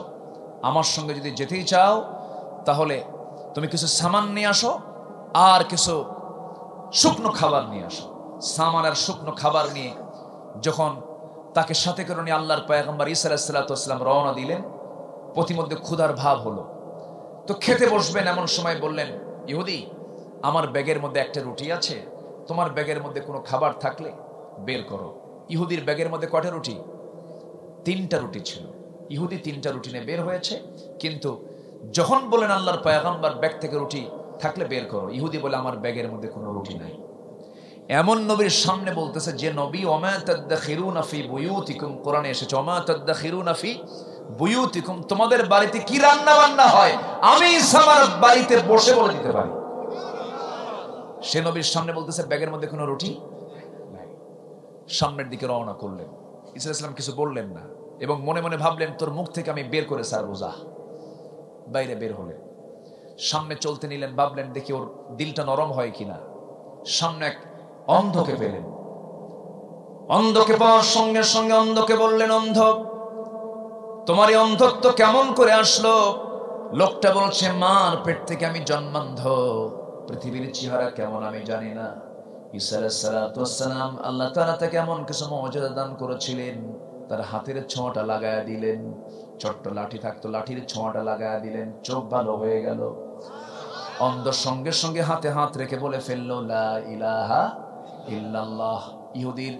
ইহুদির ব্যাপারে আল্লাহর পয়গম্বর ঈসার চিন্তা হলো, দিলটা নরম হয়ে এও কালিমা পড়তে পারে কিন্তু কিছু কয় না। ঈসা আলাইহিস সালাতু ওয়াস সালাম বললেন, শোনো দেখো আল্লাহ তাআলা আমাকে এমন মুজিজা দান করেছেন যে আল্লাহ তাআলা এই জন্মান্ধ ব্যক্তির চোখে হাতের ছোঁয়া লাগায় দিলাম আল্লাহর কুদরতে, সে চক্ষুওয়ালা হয়ে গেল। যে আল্লাহ আমাকে এত সুন্দর মুজিজা দান করেছেন, সে আল্লাহর নামের কসম করে সত্যি করে বলো তো তোমার ব্যাগের মধ্যে কোনো রুটি আছে নাকি? ইহুদি কই রুটি নাই। আবার সামনের দিকে চলতে লাগলেন, বোবা পেলেন। বোবা, যে বোবা হয় তার কানও কি বন্ধ, যে কথা বলতে পারে না তার কান অচল থাকে। বোবা এবং শ্রবণ শক্তিহীন এমন লোকের সামনে যখন দাঁড়ালেন, ঈসা আলাইহিস সালাতু ওয়াস সালাম হাতের ছোঁয়া লাগায়া দিলেন। বোবা তার বাক শক্তি ফিরে পেল, শ্রবণ শক্তি ফিরে পেল। বোবা হাত বাড়িয়ে বলল, আপনার আল্লাহর নবী, কোনো সন্দেহ নাই, পড়িয়ে দেন লা ইলাহা। সঙ্গে সঙ্গে ঈসা আলাইহিস সালাম মনে মনে ভাবলেন এবার হয়তো দিলটা নরম হতে পারে। এবার বললেন, দেখো ইহুদি, আল্লাহর কি কুদরত দেখো। বোবাটার বাক শক্তি ফিরে পেল যে আল্লাহ তাআলা আমাকে এমন মুআজিজা দান করেছেন, সে আল্লাহর নামের কসম করে বলো তো, সত্যি করে বলো তো, তোমার ব্যাগের মধ্যে কোনো রুটি আছে নাকি? কই নাই। ঈসা আলাইহিস সালাম হাল ছাড়লেন না, সামনের দিকে চলতে লাগলেন। চলতে চলতে এবার একজন পেলেন হলো কুষ্ঠ রোগীকে, গোটা শরীর জুড়ে ঘা হয়ে গেছে। এমন সময় তার সামনে দাঁড়িয়ে বলছিলাম, ও কুষ্ঠ রোগী, তোমার এমন অবস্থা কত বছর? দীর্ঘদিন যাবত কোনো চিকিৎসাই কাজে লাগে না। ঈসা আলাইহিস সালাম হাতের ছোঁয়া লাগালেন, লাঠির ছোঁয়া লাগায় দিলেন, সঙ্গে সঙ্গে তার কুষ্ঠ রোগটা ভালো হয়ে গেল। হাতে হাত রেখে কালিমা পড়ে মুসলমান হলো। আল্লাহ তাআলা ঈসা আলাইহিস সালামকে এমন একটা মুআজিজা দান করেছিলেন, ওয়া উবরি আল আকমাহা ওয়াল আবরাসা ওয়া উহিয়াল মাউতা বিইذনিল্লাহ। জোরে বলি আল্লাহু আকবার। আমার বন্ধুগণ, সঙ্গে সঙ্গে ওই কুষ্ঠরোগীও কালেমা পড়ে মুসলমান হয়ে গেছে। ঈসা আলাইহিস সালামের ধারণা এবার মনে হয় তিনবার সে এত বড় মুআজিজা দেখলো, দিলটা নরম হতে পারে। এবার বলেন, দেখো এই লোকটাও কালেমা পড়ে মুসলমান হয়ে গেছে তোমার চোখের সামনে। যে আল্লাহ তাআলা আমাকে এমন মুআজিজা দান করেছেন, সে আল্লাহর নামের কসম করে সত্যি করে বলো তো, ব্যাগের মধ্যে কোনো রুটি আছে? পাবে না, শান্তি পাবে না। গোটা পৃথিবীর ওয়াকামের মূল হোতা হলো ইহুদির বাচ্চারা, ঠিক কিনা? বিকৃত যৌনাচার এরা সৃষ্টি করেছে পৃথিবীতে। আমার ভাইয়েরা, ঘটনা যখন একটু আসলে একটু বলি ফেলি, বলবো। ঈসা আলাইহিস সালাম সামনের দিকে চলতে লাগলেন। চলতে চলতে প্রচন্ড ক্ষুধা পাচ্ছে। এমন সময় এক রাখালকে ডাক দিয়ে বলছেন, রাখাল, একটা ছাগল দেবে নাকি কি করবেন? প্রচন্ড ক্ষুধা লাগছে, ছাগলটা জবাহ করব। ছাগলটা নিলেন, জবাহ করলেন, কুটে নিলেন, চামড়া পৃথক করলেন, রান্না করলেন। রাখাল সহ, ইহুদি সহ ঈসা আলাইহিস সালাম বসে গেলেন খেতে। খেতে বসতে নিয়ে ঈসা আলাইহিস সালাম বলেন, বলো বিসমিল্লাহ। রাখাল বিসমিল্লাহ বলল, কিন্তু ইহুদি বিসমিল্লাহ বলল না। খাওয়া শেষ হলো। খাওয়া শেষান্তে ঈসা আলাইহিস সালাম বললেন যে খাবারগুলো খাওয়ার সময় হাড় হাড্ডিগুলো আমরা বাইরে ফেলে দিয়েছি, সে হাড়গুলো সব এক জায়গায় জমা করা হলো। সে হাড়ের উপরে তার হাতের ছোঁয়া লাগায় দিলেন। সেই জীবিত ছাগলের মতো সেই ছাগলটা আবার জীবিত হয়ে ছাগল পালে চলে গেল। ছাগলটা জীবিত হলো। ঈসা আলাইহিস সালামের চোখের সামনে রাখাল কান্দে আর কয়, আপনি যে আল্লাহর নবী, কোনো সন্দেহ নেই, আপনি আমাকে পড়িয়ে দেন লা ইলাহা ইল্লাল্লাহ। ঈসা আলাইহিস সালাম মনে মনে ভাবলেন, এবার হয়তো ইহুদির দিলটা নরম হতে পারে, কালিমা পড়তে পারে, কিন্তু কোনো সারা শব্দ নাই। এক পর্যায়ে বলছেন, ইহুদি দেখো, আমরা ছাগল খেলাম, পেটটাও ভরলো, আবার ছাগলটা জীবিত হয়ে ছাগল পালে রওনা দিল। যে আল্লাহ তাআলা আমাকে এমন মুআজিজা দান করেছেন, সে আল্লাহর নামের কসম করে বলো তো, ব্যাগের মধ্যে কোনো রুটি আছে নাকি? নাই। কি কয়? নাই। ঈসা আলাইহিস সালাম হাল ছাড়লেন না, আবার সামনের দিকে চলতে লাগলেন। ক্লান্ত শ্রান্ত শরীর, ঘুম চলে আসলো চোখে। সামানগুলো পাশে রাখলেন, ঘুমিয়ে পড়লেন। ঘুম আসার পর পাশে তিনি ছোট্ট ছড়িটা রাখলেন, সামানটা রেখে দিলেন। ইহুদি ঘুমালো না। ইহুদি মনে মনে চিন্তা করলো, অন্ধ ভালো হলো, বাবা ভালো হলো, কুষ্ঠরোগী ভালো হলো, মরা ছাগল তাজা হলো। মনে হয় এই লাঠির মধ্যে সমস্ত শক্তি, লাঠি চুরি করে নিয়ে মারছে দৌড়। এরা হলো চোর। এরা কি বলেন? চোর। ঘুম থেকে জাগা পেয়ে দেখেন সামান নাই, পাবলিকও নাই। ঈসা আলাইহিস সালাম মনে মনে ভাবলেন, এখন ও তো বিপদে পড়ে যাবে। এবার ইহুদি করলো কি, এত লোভী, ওই জনপদের যে রাজা শুনছে সে নাকি অসুস্থ, রাজ দরবারে ঢোকে হুজুরদেরকে ডাক দিয়ে বলছে, তোমাদের রাজার কি হয়েছে? অসুস্থ হয়েছে। আমি কিন্তু ডাক্তার, কোনো চিন্তা করো না, তোমাদের রাজাকে আমি সুস্থ করে দেব। কেমন করে? জানাকুম আনাকুম, শুধু যাবো, ঢুকবো আর আসবো, রোগী ভালো হয়ে যাবে। দেখছেন সুবহানাল্লাহ বলতেছে। এই ওয়াজ শুনতেছেন না ঘুম পাড়তেছেন? আমি কি আলোচনা চালাবো? দুই একজন করে কিন্তু উঠতেছে, আমি দেখতেছি। কিন্তু আবার কি এরা কি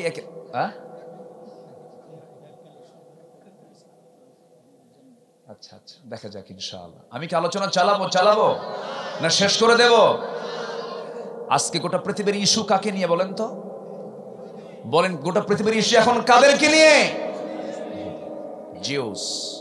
খুব ঘৃণ্য একটি জাতির নাম এরা, মারাত্মক সিরিয়াস এরা। গোটা পৃথিবীর সমস্ত জায়গাকে এরা অস্থির করে রেখে দিয়েছে, ঠিক কিনা বলেন? সম্মানে সেই ইহুদিদের দালাল তো আমার দেশে নাই। আসতে বলবেন না, আছে না? নাই।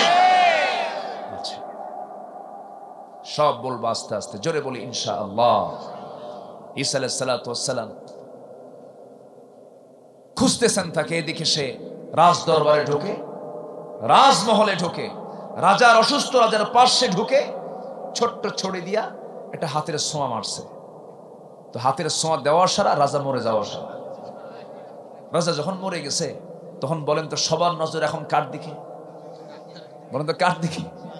বলেন তো এটা কি আসল ডাক্তার না হাতুড়ে ডাক্তার? হাতুড়ে ডাক্তারকে কাছে পেয়ে সমস্ত রাগ ঝাড়লো, কিল ঘুষি লাত্তি খায়া রক্তাক্ত হয়ে জেলখানায় তাকে ঢুকায় রেখেছে। ঈসা আলাইহিস সালাতু ওয়াস সালাম খুঁজতে খুঁজতে তার খোঁজটা পেয়ে গেলেন, রাজ দরবারে ঢুকলেন। কি হয়েছে? রাজা মারা গেছে। কোনো চিন্তা করো না, আমি এসেছি, আল্লাহ রাব্বুল আলামিন আমাকে পয়গম্বর করে দুনিয়াতে পাঠিয়েছেন। এই পয়গম্বরের পরিচয় হলো লা ইলাহা ইল্লাল্লাহু ঈসা রূহুল্লাহ। জোরে বলুন আল্লাহু আকবার। কবরবাসীর সামনে দাঁড়াতেন, বলতেন কুম বিইজনিল্লাহ, কবরবাসী দাঁড়ায় যেত। ঈসা আলাইহিস সালাতু ওয়াস সালাম এবার করলেন কি? রাজার সামনে গিয়ে দাঁড়ালেন, কুম বিইজনিল্লাহ বললেন। রাজদরবারের সকল রাজা এবং তার কর্মচারী সহ সব বলে ফেলে দিল লা ইলাহা ইল্লাল্লাহু ঈসা রূহুল্লাহ। সব কালেমা পড়ে মুসলমান হলো। এবার দরবারের সমস্ত লোকজন বলছে, আল্লাহর পয়গম্বর আপনি কি চান? আপনাকে আমরা কিছু হাদিয়া দেব, উপঢৌকন দেব। ঈসা আলাইহিস সালাম বলেন, আল্লাহর পয়গম্বররা জাগতিক কোনো জীবনের জন্য তাদের কোনো শক্তি নাই, কোনো কিছু আমার দরকার নাই। তবে আমাকে যদি সন্তুষ্ট করতে চাও, যে যুবকটা তোমাদের রাজাকে সুস্থ করতে এসে মেরে ফেলে দিয়েছিল, সেই যুবককে আমার হাতে তুলে দাও। কিন্তু সহজ ব্যাপার। যখন তাকে জেলখানা থেকে রক্তাক্ত দেহ সহ যখন তার হাতে তুলে দিল, ঈসা আলাইহিস সালাম বললেন, দেখো তুমি আমার এমন বন্ধু, আমাকে বিপদে ফেলে চলে আসছো। আমি তোমার এমন বন্ধু, তোমার বিপদে আমি পাশে দাঁড়াইছি। এটাই হলো ইহুদির চরিত্র আর মুসলমানের চরিত্র। ঈসা আলাইহিস সালাম বললেন, আমি তোমাকে বিপদ থেকে বাঁচানোর জন্য পাশে দাঁড়ালাম, আর তুমি আমাকে বিপদে ফেলে দিয়ে চলে আসছো। দেখো আজকে রাজ দরবারের সকল কর্মকর্তা কর্মচারী সব কালেমা পড়ে মুসলমান হয়ে গেল। যে আল্লাহ তাআলা আমাকে এমন মুআজিজা দান করেছেন, সে আল্লাহর নামের কসম করে সত্যি করে বলো তো, ব্যাগের মধ্যে তোমার রুটির খবরটা কি? কয় নাই।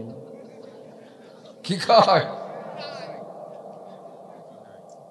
কথা কি বুঝতেছেন? এদের জন্য দরকার হলো পিটন। এই জাতির জন্য দরকার হলো শক্ত মোকাবেলা করা। প্রচন্ড বাঁকা জাতি হলো সামিআনা ওয়া আসাইনা। কোরআন বলছে সামিআনা ওয়া আসাইনা। ওদের চরিত্র হলো শুনলাম মানলাম না। শুনলাম কি? এই চরিত্রের কিছু লোক কিন্তু আমার দেশেও আছে।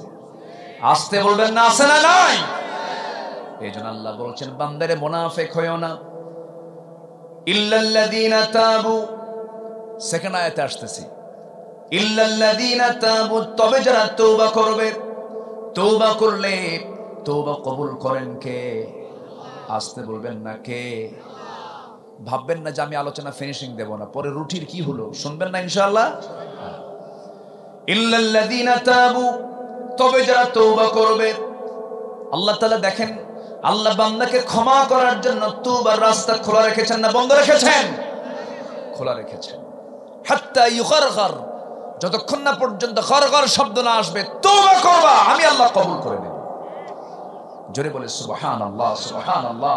আমাকে মাফ করবেন কে? আমাকে মাফ করবেন কে? আসেন দোয়া করে দেই নাকি? যে লোকজন কিছু উঠে যায়, হ্যাঁ বসেন।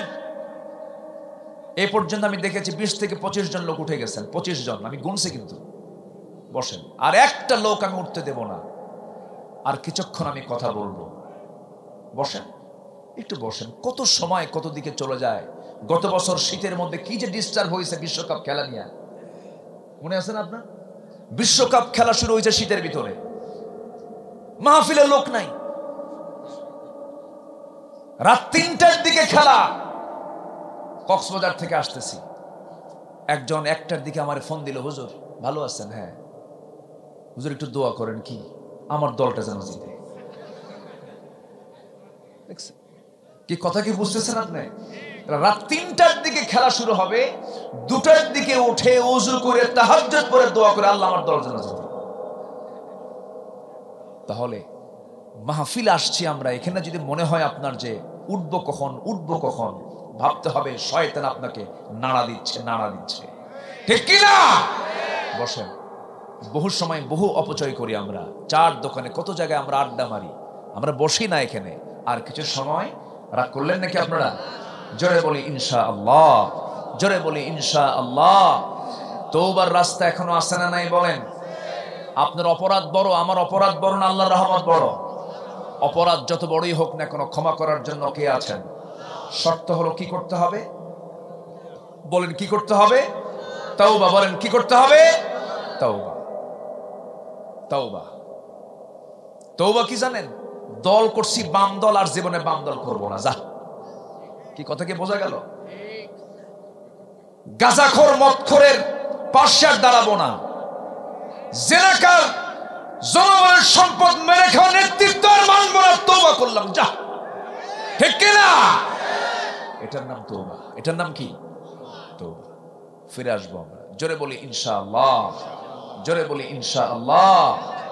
তওবা করলে মাফ করবেন কে? আল্লাহ। এক মহিলা সাহাবীর কথা আমার মনে হলো। মায়েরা আসছে তো, একটু শোনাই। মায়েরা আছে তো নাকি? হ্যাঁ। এক মহিলা সাহাবী জিনা করে ফেলেছেন। কি করে ফেলেছেন? জিনা করেছেন বিবাহিত অবস্থায়। ইসলামে 3টা অপরাধের শাস্তি মারাত্মক, হত্যার অর্ডার দিয়েছে। 3টা অপরাধ। কয়টা? একটা হচ্ছে কতলুন নফস, কেউ কাউকে মেরে ফেললে তাকে কি করো? শেষ করে দাও। কুতিবা আলাইকুমুল কিসাস, সিয়ামের হুকুমের পর পরে আল্লাহ তাআলা কিসাসের হুকুম দিয়েছেন। আল্লাহু আকবার বলেন। কুতিবা আলাইকুমুস সিয়াম, কুতিবা আলাইকুমুল কিসাস, একই স্টাইলে দেওয়া। রোজা পালন করে কিসাসের হুকুমকে মানে না, ও মুনাফিক, ও মুনাফিক, ও মুনাফিক। কথা বোঝা গেল কি? কিসাসকে মানবেন না, সিয়ামকে মানবেন, আপনার রোজা হবে না। আপনার রোজা কি হবে না? কতলুন নফস। নাম্বার 2 হলো সাইয়্যিবুজ জানি, যারা জিনা করেছে। নাম্বার 3 হলো ইরতাদ্দাত, যারা ব্যাক করেছে দিন থেকে, দিন যারা ছেড়ে দিয়েছে, মুরতাদ যারা হয়েছে। এই 3 শ্রেণীর শাস্তি ইসলাম দিয়েছে কি? কতল, শেষ করে দাও। এটা কি মোল্লার কথা না আল্লাহর কথা? আজ তো মোল্লা কইছেন, আল্লাহ বলেছেন, আল্লাহ বলেছেন। কিন্তু আমার দেশে যদি কেউ জিনা করে, পুরুষ এবং নারী উভয়ের সম্মতি যদি থাকে, সেখানে দোষ হবে মাত্র 100 টাকা জরিমানা। কত জরিমানা? কম 100 টাকা জরিমানা, কিছুই না এটা। আমার ভাইয়েরা, আমার বন্ধুগণ, ওই মহিলা সাহাবী জিনা করার পরপরই তার মধ্যে অনুশোচনা চলে আসছে, অনুতপ্ততা চলে আসছে। অনুশোচনা আসে হলো ইমানদার তখন অনুতপ্ত হয়ে আল্লাহর কাছে চোখের পানি ফেলে ফেলে কাঁদতেছেন। মহিলা সাহাবী কাঁদতে কাঁদতে বেকরার হয়ে গেছেন, অস্থির হয়ে গেছেন। শেষ পর্যন্ত নিজেকে কন্ট্রোল করতে না পেরে নবীর দরবার পর্যন্ত চলে আসছেন। এসে বলছেন, ইয়া রাসূলুল্লাহ, আমি তো জিনা করে ফেলেছি, আপনি আমাকে আইনটা কার্যকর করে দেন। রাসূল বলেন, না তুমি করো নাই। না হুজুর আমি জিনা করে ফেলেছি। না তুমি করো নাই। না হুজুর আমি জিনা করে ফেলেছি। 3টা বার বললেন। 3টা বার তিনি বলছেন, হুজুর আপনি আমাকে যতই বাঁচানোর চেষ্টা করেন না কেন, আমি তো জিনার মতো অপরাধ করে ফেলেছি। হুজুর আমি চাই এই দুনিয়াতে আমার শাস্তি হয়ে যাক, আমি আখিরাতে নাজাত পেয়ে যাই। আমার রাসূল বলেন, মহিলা জিনার ফলে পেটে কোনো বাচ্চা আসছে নাকি? হ্যাঁ, বাচ্চা চলে আসছে। রাসূল বললেন, যাও, সন্তান ডেলিভারি না হওয়া পর্যন্ত আমি তোমার উপরে কোনো আইন কার্যকর করতে পারবো না। মহিলা বলছেন, হুজুর বাঁচবো তার গ্যারান্টি কি? রাসূল বলেন, আমি তোমার জন্য দোয়া করে, যাও। মহিলা চলে গেলেন, তওবা করতেছেন, সিজদায় পড়ে পড়ে কাঁদতেছেন। সন্তান ডেলিভারি হয়ে গেল। সন্তান ডেলিভারি হওয়ার 2 দিন 3 দিন 4 দিন 5 দিন পরে নয়, মাত্র একটা দিন পর নবীর সামনে হাজির হয়ে বলছেন, হুজুর আপনি আমার উপর আইনটা কার্যকর করে দেন। রাসূল বলছেন, মহিলা রে, সন্তান তো ডেলিভারি হয়েছে, সন্তানটা জীবিত না মৃত? সন্তান তো জীবিত, সন্তান রেখে আসছি। রাসূল বললেন, না না, হাউলাইনি কামিলাইন, সন্তানকে তোমার দুধ খাওয়াতে হবে। সন্তানের রিজিক তোমার স্তনে আছে, সন্তানকে দুধ পান করাও, সন্তানটাকে এক পর্যায়ে বড় করে তোলে, এরপরে তোমার উপর তোমার উপর আইনটা কার্যকর হবে। সঙ্গে সঙ্গে মহিলা বলছেন, হুজুর, 2টা বার আপনার কাছে আসলাম, আপনি আমাকে 2বারই ফেরত দিলেন। না না, আইন কার্যকর করা যাবে না, যাও।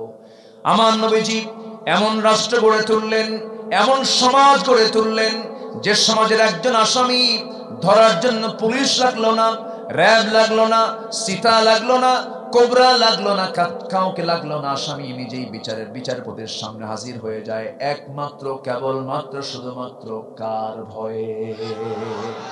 কার ভয়ে? আল্লাহর ভয়ে। আমার ভাইয়েরা, ওই মহিলা চলে গেলেন, সন্তানকে দুধ পান করালেন। 6 মাসের মাথায় সন্তানকে অভ্যাস করে তুললেন, টোটালি দুধ বন্ধ করে, অন্য খাবারের অভ্যাস করে তুলে টোটালি বন্ধ করে, দুধটা টোটাল বন্ধ করে দিয়া সন্তানকে 3য়বারের মতো করে করে নিয়েছে নবীর সামনে দাঁড়িয়ে বলছেন, হুজুর, দয়া করে আজকে আমাকে ফেরত দিবেন না। এই যে সন্তান দুধ খাওয়া ছেড়ে দিয়েছে, আপনি আমাকে আজকে কোরআনের যে আইন তা আপনি আমার উপরে কার্যকর করে দেন। আমার নবীজি কাদা কাদা কণ্ঠে বলছেন, মহিলা, সন্তানটা আমার কোলে তুলে দাও। সন্তানটা হাতের মধ্যে নিলেন, উঁচু করে ধরলেন। সাহাবে কেরামকে লক্ষ্য করে বলছেন, সাহাবীরা দেখো, এই যে আমার হাতে সন্তানটা দেখতে পেতেছো, এই সন্তানের লালন পালনের দায়িত্ব যে বান্দা গ্রহণ করবে, ফাহিয়া ফিল জান্নাতি কাহাতাইন, এই 2 নখের দূরত্বে জান্নাতের মধ্যে আমার সঙ্গে সে অবস্থান করবে। কয়েকজন সাহাবী দৌড় মেরে আসলেন, একজনের হাতে রাসূল দিয়ে দিলেন বাচ্চাটাকে।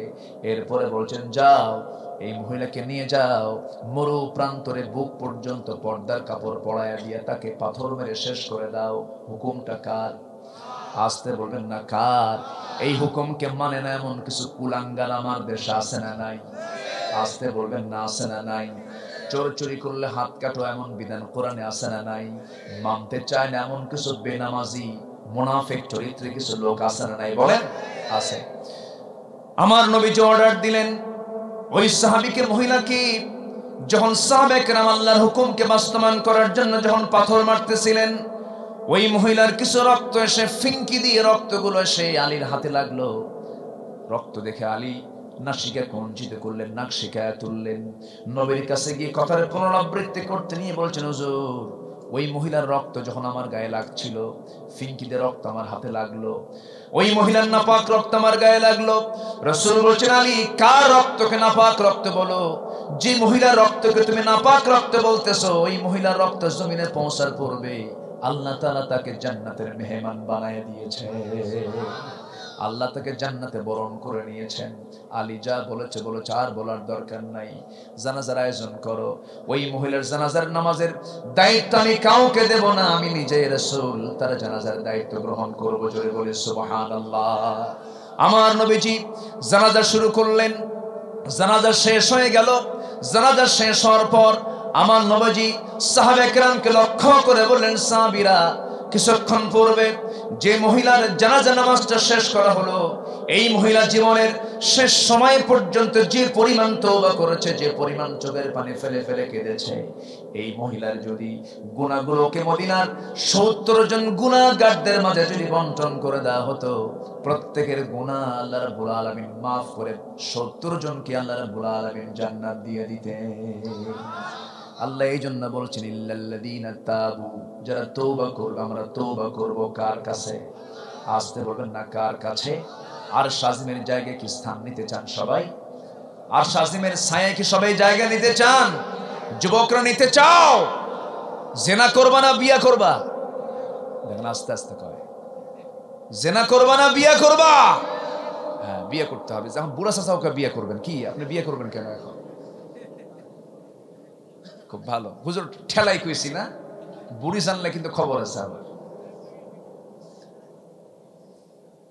যুবকরা, নোংরামি করবা না। বিবাহ পূর্ব কোন সম্পর্ক নারীর সাথে পুরুষের, এটা সম্পর্ক কখনো বৈধ হতে পারে? এটাকে প্রেম বলে না নোংরামি বলে? নোংরামি, এগুলো করা যাবে না।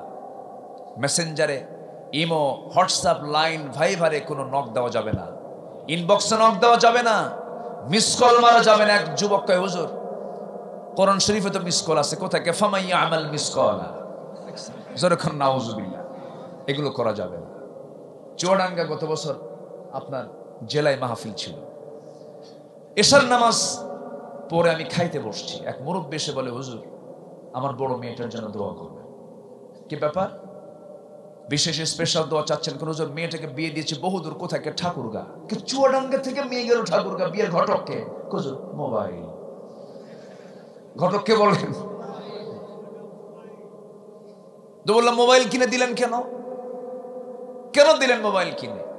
বলতেছে হুজুর সায়েন্সে পড়ে, তাকে বায়োলজির ক্লাস নিতে হয়, অনলাইনে ক্লাস, কিন্তু ওইদিকে অনলাইনে ক্লাস পড়তে পড়তে যে আরেকটা অনলাইন খুঁজছে তা তো জানি না, বিয়েটা হয়ে গেছে। হুজুর দোয়া করবেন। তাহলে এখন দেখেন, এই যে আজকে সামাজিক অবস্থা, সন্তানের হাতে মোবাইল দেওয়ার আগে প্রত্যেক সচেতন পিতার চিন্তা করার দরকার সবচেয়ে কম না সবচেয়ে বেশি? সতর্ক থাকতে হবে। যদি কারো তার মেয়েকে বিয়ে না দিতে পারেন, একটা করে মোবাইল কিনে দিয়ে, একদম ক্লিয়ার হিসাব। কষ্ট পাচ্ছেন নাকি? কষ্ট পাচ্ছেন? অনেক সচেতন পিতা অচেতন ভূমিকা পালন করেন। ছেলের বয়স হয়ে গেছে, বিয়ে দেয় না, আছে না? এই যুবকরা কথা কও না কেন? তোমাদের পক্ষে কথা বলতেছি না? আছে না? নাই? বিয়ে করতে হবে। রাসূল তার মেয়েকে বিয়ে দিয়েছেন 15 বছর 6 মাসে। ফাতিমাকে বিয়ে দিয়েছেন। সাইয়েদনা আলীর হাতে বিয়ে দিয়েছেন, তার ঘর নাই, বাড়ি নাই। আল্লাহু আকবার বলেন।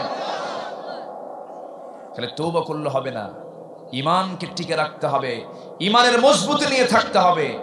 জিনার কাছে যাওয়া যাবে না, আল্লাহ তোমাকে আরশ আজিমের ছায়ে জায়গা দিয়ে দিবেন। রাজুলুন ইযা দাআতহু ইমরাতান যাত হাসাবিন ওয়া জামালিন ইন্না খাফুল্লাহ। কোন যুবককে একটা নারী প্রস্তাব দিল, সে যুবক বলল, আমি কাকে ভয় করি? আল্লাহ বলছেন, ও বান্দা, আমি তোকে আমার আরশ আজিমের ছায়ায় সুন্দর করে জায়গা করে দেব, যা। জোরে বলে সুবহানাল্লাহ। রাসূল তার মেয়ে ফাতিমাকে বিয়ে দিয়েছেন ধনীর সাথে না গরিবের সাথে? আসতে বলে, ধনীর সাথে না গরিবের সাথে? আচ্ছা, এমন গরিব কি এখানে কেউ আছেন যার বাড়ি নাই? এখানে বাড়ি ছাড়া কোনো লোক আছেন? বাড়ি ছাড়া কোনো লোক আছেন? আমার বাড়ি নাই এরকম কেউ আছেন কি? না। অথচ আমার নবী, বিশ্ব নবী, তার মেয়ে ফাতিমাকে বিয়ে দিচ্ছেন, সবচেয়ে কাছের আদরের দুলালি ফাতিমাকে বিয়ে দিচ্ছেন এমন পুরুষের হাতে যার নিজের কোনো বাড়ি নাই। নবীর সামনে বিয়ের প্রস্তাব আসলো, ধনী ধনী সাহাবী প্রস্তাব দিলেন, রাসূল বলেন, নট অ্যালাউ, গো ব্যাক।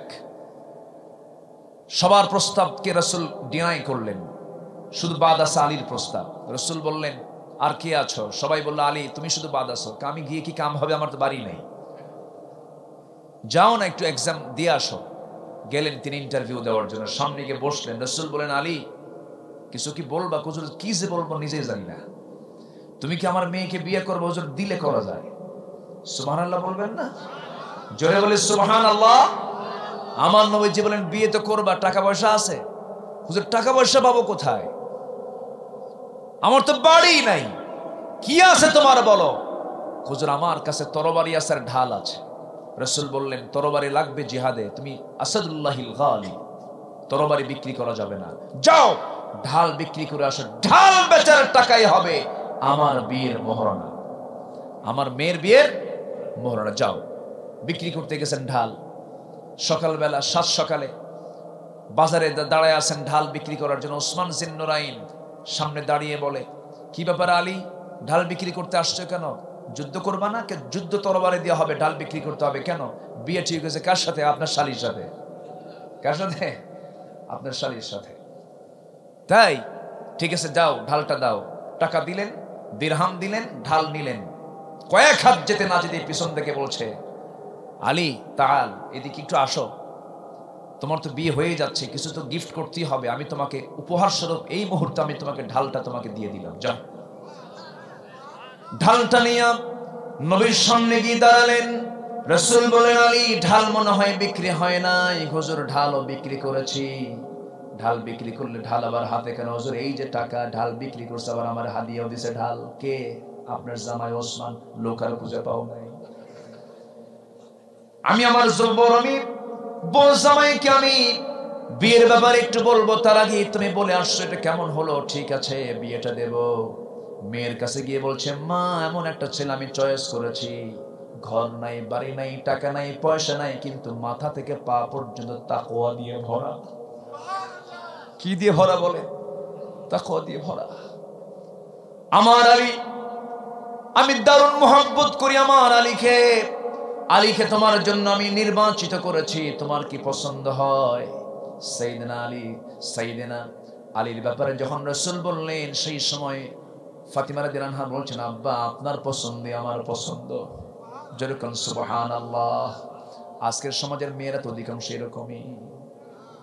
হ্যাঁ, এরকম। আমার নবীজির এই কথা শুনে ফাতিমা রাদিয়াল্লাহু আনহা বললেন, আব্বা জান, আপনার সিদ্ধান্ত আমার বড় সিদ্ধান্ত। ঠিক আছে, বিয়ে হয়ে যাবে। বিয়েটা হয়ে যাচ্ছে। পৃথিবীর সবচেয়ে সিম্পল বিয়ে, যে বিয়ের মহরণা সবচেয়ে কম, মোহরে ফাতিমি যাকে বলা হয়, সবচেয়ে কম মহরণা ধার্য করে। কোনো গেট নাই, আড়ম্বরতা নাই, অনড়ম্বর পূর্ণ, সিম্পল, সবচেয়ে কম খরচে বিয়া, কোনো অপচয় নাই। বিয়েটা হয়ে গেল। আমার নবীজি বললেন, মা রে, সারা জীবন তুই আমার কাছে ছিলে, বিয়েটা দেবো আমি। বিয়ে দিয়ে দিলাম। আমি তোমাকে তেমন কিছু দিতে পারলাম না। যুদ্ধ করতে করতে সব সম্পদ চলে গেছে। তোমার মার বিশাল বড় সম্পদের পাহাড় ছিল, সব দিনের জন্য খরচ করে দিয়েছি। মা, আমি তোমাকে পান করার জন্য মশক দিলাম, চামড়ার তশক দিলাম, আটা পিষার জন্য একটা যন্ত্র দিলাম, পিষদানি দিলাম। যাও মা, স্বামীর বাড়ি করে খাও। মৃত্যুর দিন পর্যন্ত স্বামীর বিরুদ্ধে একটা নালিশ যেন আমার কানে কখনো না আসে। যাও। সুন্দর করে বলে দিলেন, পাঠায় দিলেন স্বামীর ঘরে। 2 বছর 3 বছর চলে গেছে, সন্তান হয়ে গেছে, ঘরটা কাঁচা, ঘরটা ভাড়া নেওয়া, বাচ্চা দুইটাকে নিয়ে ফাতিমার বড় কষ্ট হচ্ছে। ফাতিমা রাদিয়াল্লাহু আনহা একদিন এসে বলছেন, হাদিস এসেছে, সহিহ বর্ণনা, আব্বার কাছে এসে ফাতিমা বলছেন, আব্বা জান, আমার স্বামীর ঘরটা অত্যন্ত কাঁচা। আমি কাজ করতে করতে আমার কাপড় চোপড়গুলো নষ্ট হয়ে যায়, দাগ পড়ে যায়, ময়লা হয়ে যায়, আমি একা কাজ করতে পারি না। আব্বা জান, আপনি তো রাষ্ট্রপতি, দেখুন তো আমার জন্য কোনো খাদেম দেওয়া যায় কিনা, কোনো দাসী দেওয়া যায় কিনা, কাজের মানুষ দেওয়া যায় কিনা। সঙ্গে সঙ্গে সাইয়েদনা আলীর স্ত্রী ফাতিমা রাদিয়াল্লাহু আনহার কথা শুনে তার বাবা বলছেন, রাসূল বলছেন, ফাতিমা, আমার কাছে একটু আগায়, আমার কাছে এসে একটু বস। এই যে জায়নামাজ আমি টান দিচ্ছি, জায়নামাজ টান দিলেন। বহু দামি দামি হীরা মানিক মুক্তা জহরত গুলো দেখালেন, চকচক করছে। রাসূল বলছেন, ফাতিমা, এগুলো চাও না, আখিরাত চাও? আমি আখিরাত চাই। আমি যদি আল্লাহকে বলতাম, আল্লাহ তুমি উহুদ পাহাড় 12 মাইল লম্বা উহুদ পাহাড়টা আমার জন্য সোনা বানায় দাও, আল্লাহ আমার জন্য বানায় দিতেন। আমি তো চাই নাই মা, আমি আখিরাত চাই। কাজের মানুষের কোনো প্রয়োজন নাই। সোজা বাড়িতে চলে যাও। আমি তোমাকে একটা আমল শিখায় দিচ্ছি, সেটা হলো সকালবেলা সুবহানাল্লাহ, আলহামদুলিল্লাহ, আল্লাহু আকবার 33 33 বার বলবে।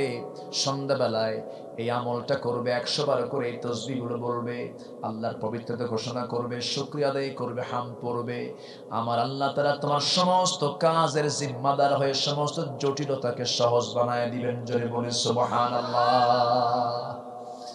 আমার নবীজি মেয়েকে বিয়ে দেওয়ার পর কোনদিন স্বামীর বিরুদ্ধে নালিশ দিয়েছেন এমনটা কখনো হয় নাই। আমার রাসূল বললেন, স্বামীর বিরুদ্ধে কোনো নালিশ যেন আমার কানে না আসে। কিন্তু আজকের মেয়ের কিছু বাপ আছে, মেয়েকে বিয়ে দেওয়ার সঙ্গে বলে, মা যা স্বামীর ঘরে করে খা, স্বামী যদি তোকে কিছু বলে শুধু একটা ফোন দিয়ে দিবি, খাইয়া ফালাবো। এরকম আছে না? কিছু আছে না? শান্তি হবে না, অশান্তির আগুন দাউ দাউ করে জ্বলবে।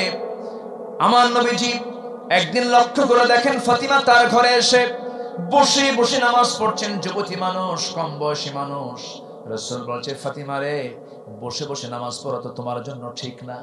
এবার তিনি বলছেন, আব্বা, আমি তো দাঁড়িয়ে দাঁড়িয়ে নামাজ পড়ি, কিন্তু আমি বসে নামাজ পড়ার কারণ হলো, আমি যদি দাঁড়িয়ে দাঁড়িয়ে নামাজ পড়ি আমার গায়ে যে জামাটা আপনি দেখতে পাচ্ছেন তার পিছন সাইডটা একটু সেনা আছে, তালে যুক্ত আছে। আপনি যদি এই সেনাযুক্ত অংশটুকু দেখেন, আমার স্বামীর দুর্নামটা প্রকাশ পেয়ে যাবে। আমার স্বামীর এতটুকু দুর্নাম প্রকাশ পেয়ে যাক, আমি চাই নাই মনে করে বসে বসে আমি নামাজ পড়তেছি। জোরে বলে সুবহানাল্লাহ। মেয়েদের শ্রেষ্ঠ ঘর বাবার ঘর না স্বামীর ঘর? আসতে বলেন কার ঘর বলেন? আসতে কার ঘর? স্বামীর ঘর। এটা মাথায় রাখতে হবে। আমার মায়ের কেউ শুনতেছে আজকে? এটা মেহেরবানি করে আমল করবেন। জোরে বলি ইনশাআল্লাহ। মেয়েদের জন্য জান্নাত সহজ ছিল, কিন্তু মেয়েদের জন্য আজকে জান্নাত সহজ না কঠিন হয়ে গেছে বলেন? কঠিন হয়ে গেছে। তওবা করে ফিরে আসতে হবে, পর্দা করতে হবে। যুবকরা নোংরামি করো না, 5 ওয়াক্ত নামাজটা পড়ো, 5 ওয়াক্ত নামাজটা পড়ো, 5 ওয়াক্ত নামাজটা পড়ো, 5 ওয়াক্ত নামাজটা পড়ো। আল্লাহর সামনে হাজিরা দাও, সেজদা দাও, রুকু করো, চোখের পানি ফেলে কাঁদো। তোমার যৌবনের টকবকে রক্ত জান্নাতের জন্য প্রস্তুত করা হয়েছে আমার যুবক। আল্লাহ কবুল করুন। জোরে বলি আল্লাহুম্মা আমিন। তওবা করব আমরা কার কাছে? সবাই কি নামাজ পড়তে রাজি আছেন? 5 ওয়াক্ত নামাজ পড়বেন কারা কারা? হাত তুলে দেখান তো দেখি। জোরে বলি ইয়া আল্লাহ। আরো জোরে বলি ইয়া আল্লাহ। আমাদেরকে তুমি আল্লাহ দিয়া দাও। জোরে বলি আমিন। আরো জোরে আমিন, আরো জোরে আমিন। কষ্ট পেলেন? কষ্ট পেলেন? নামাজ পড়লে কে খুশি হন? আসতে বলবেন না কে খুশি হন? নামাজ শুধু পড়লেই হবে না, নামাজ কায়েমের সংগ্রাম করতে হবে। নামাজ কায়েমের সংগ্রাম মুনাফিকরা করতে পারে না, নামাজ মুনাফিকরা পড়তে পারে। নামাজ কায়েমের সংগ্রামে যারা বিশ্বাসী নয়, তাদের ঈমান এখনো আনা হয় নাই। তাদের নতুন করে ঈমান আনতে হবে। এই যে ভাই বসেন, মাদ্রাসার প্রোগ্রাম, বসেন না ভাই, মাদ্রাসার প্রোগ্রাম। আমাকে মাহফিল কমিটি অনেক আগেই বলেছেন, আমার আবুজর ভাই দিল থেকে চেয়েছেন এই মাদ্রাসা 19 বছর যাবত এই মাহফিলটা হয়। বলি আলহামদুলিল্লাহ। কেউ যাবেন না? আমি যাব। আমার আগামীকালকে মাহফিল বেশি দূরে না, মাত্র রংপুর। আমিও তো যাব, আপনিও যাবেন। বসেন, আমরা একসঙ্গে দোয়া করে যাব। কিছু অসম্পূর্ণ কিছু কথা রয়ে গেছে, সেই কথাগুলো শেষ করে আমরা দোয়া মাহফিলের মধ্য দিয়ে, দোয়ার মধ্য দিয়ে মাহফিলের সমাপ্তি টানবো। জোরে বলি ইনশাআল্লাহ। একটু বসেন, একটু ধৈর্য ধরি আমরা। তো মাহফিল কমিটির একটু আবদার, যদি আপনাদের কাছে যদি একটা ব্যাগ যায়, আমরা কি সেই ব্যাগে আমরা কিছু দেবো না ইনশাআল্লাহ? সবাইকে দেবো না ইনশাআল্লাহ? কই ব্যাগগুলো দিয়ে দেন, একটু ব্যাগগুলো একটু দ্রুত দিয়ে দেন। যে যা পারি আমরা দিল থেকে করব। জোরে বলি ইনশাআল্লাহ। জিকির করি লা ইলাহা ইল্লাল্লাহ। আরো জোরে লা ইলাহা সুবহানাল্লাহ ওয়ালহামদুলিল্লাহ।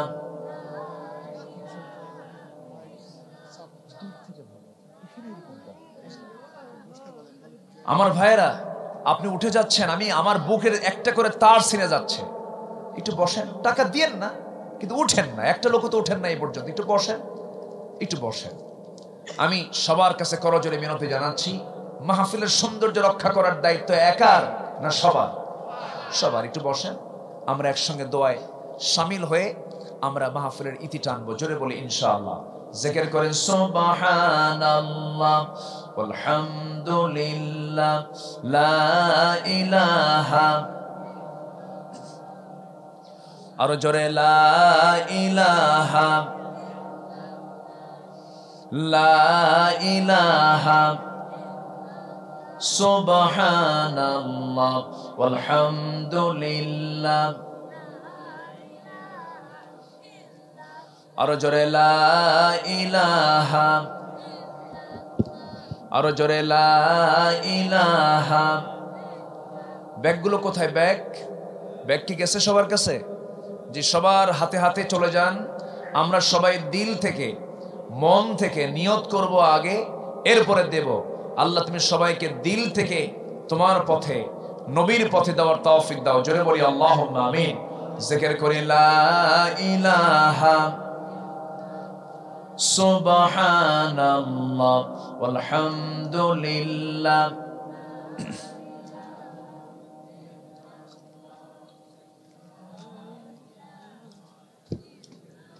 আরো জোরে লা ইলাহা ইল্লাল্লাহ আল্লাহু আল্লাহ আল্লাহু আল্লাহ লা ইলাহা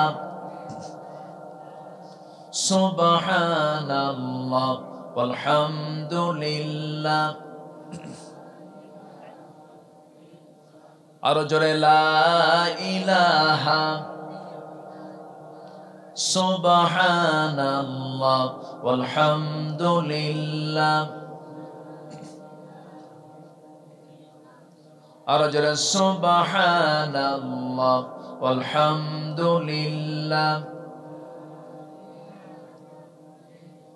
আরো জোরে সুবহানাল্লাহ। তুমি বাঁচাও তুমি মারো অবিরত ক্ষমা করো, তুমি বাঁচাও তুমি মারো অবিরত ক্ষমা করো।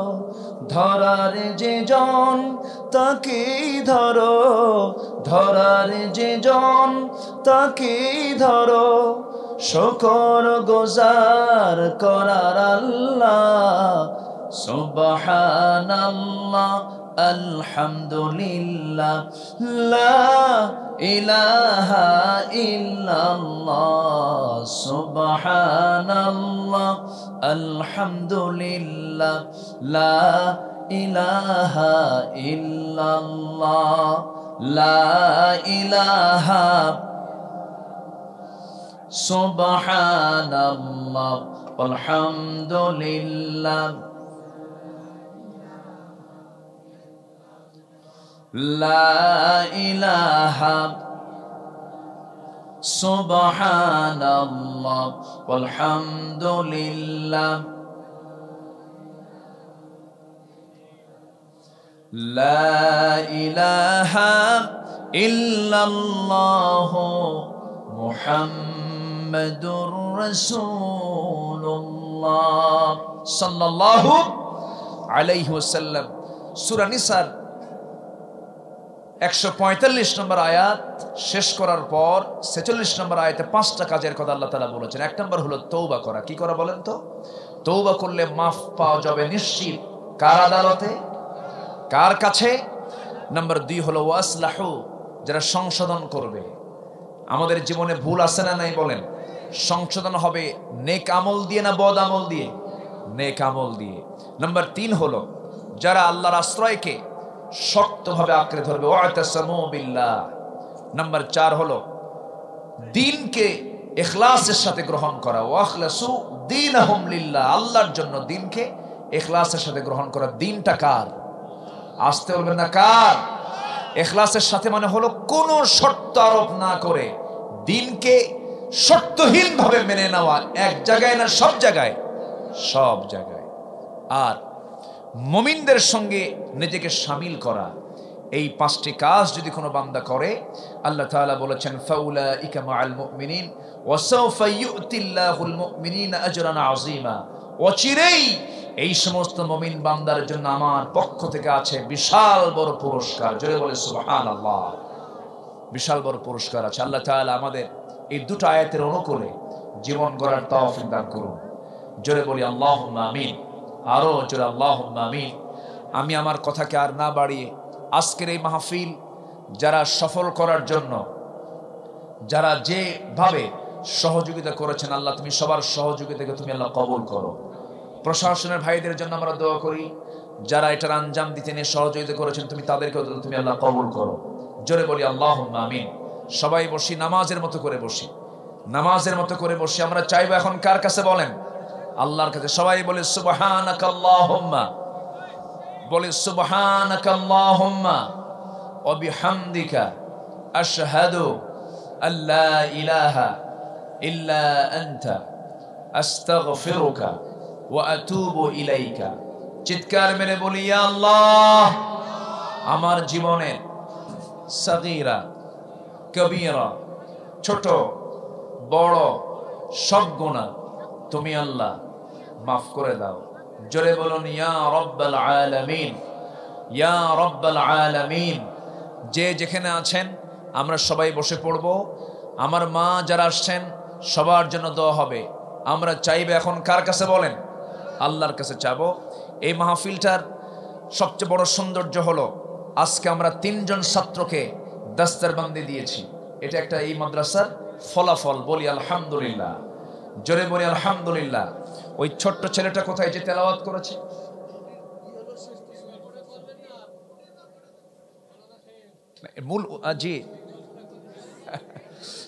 মূল উদ্দেশ্য তো হলো তাদের চরিত্রে তাদের মুখস্থ উন্মোচন করা। এটা তো মূল উদ্দেশ্য। আমরা যতটুকু জানলাম সেটা হলো সবচেয়ে পৃথিবীতে একটা বাঁকা জাতির নাম হলো যাদেরকে নবীরা পর্যন্ত সাইজ করতে পারেন নাই। তাদের সঙ্গে কি মুসলমান কোনোদিন আপোষ করতে পারে? আপনি 1000 বার মুরগিকে নিয়ে যদি সিগালকে বলেন, সিগাল তুমি এটাকে পাহারা দিও, সিগাল কি মুরগিকে পাহারা দেবে? বলেন পাহারা দেবে? পাহারা দেবে না। এরা হচ্ছে এই চরিত্রের। এদের হাতে মুসলমান কখনো নিরাপদ হতে পারে না। এটা বোঝানোর জন্যই আমার এই একটা এক্সাম্পল, আমি একটা ইতিহাস আমি টেনেছিলাম। শেষ পর্যন্ত ইহুদি লোভে পড়ে সে রুটির তথ্যটা দিয়ে দেয়। রুটির তথ্য কি দিয়ে দেয়, কিন্তু বিষয়টা হলো ফলাফল হচ্ছে এটাই, সেটা হলো ইহুদিরা প্রতারক, ইহুদিরা মিথ্যুক, ইহুদিরা চোর, ইহুদিরা মুসলমানদের সবচেয়ে বড় দুশমন। আল্লাহ তাআলা আমাদেরকে সতর্ক থাকার তৌফিক দান করুন। এরা আখির জামানায় বড় প্রকট আকার ধারণ করবে এবং আদম থেকে শুরু করে নিয়ে কিয়ামত পর্যন্ত সবচেয়ে বড় ফিতনা হবে ফিতনাতু মিনাদ দাজ্জাল। সবচেয়ে বড় ফিতনা হবে মানে দাজ্জালের ফিতনা। দাজ্জালের ফিতনা থেকে বাঁচার জন্য আমাদের কিছু আমল শিখিয়েছেন মুহাম্মদ সাল্লাল্লাহু আলাইহি ওয়াসাল্লাম। তার মধ্যে শ্রেষ্ঠ আমল হলো আমরা সূরা কাহাফটা বেশি করে পড়ব। জোরে বলি ইনশাআল্লাহ।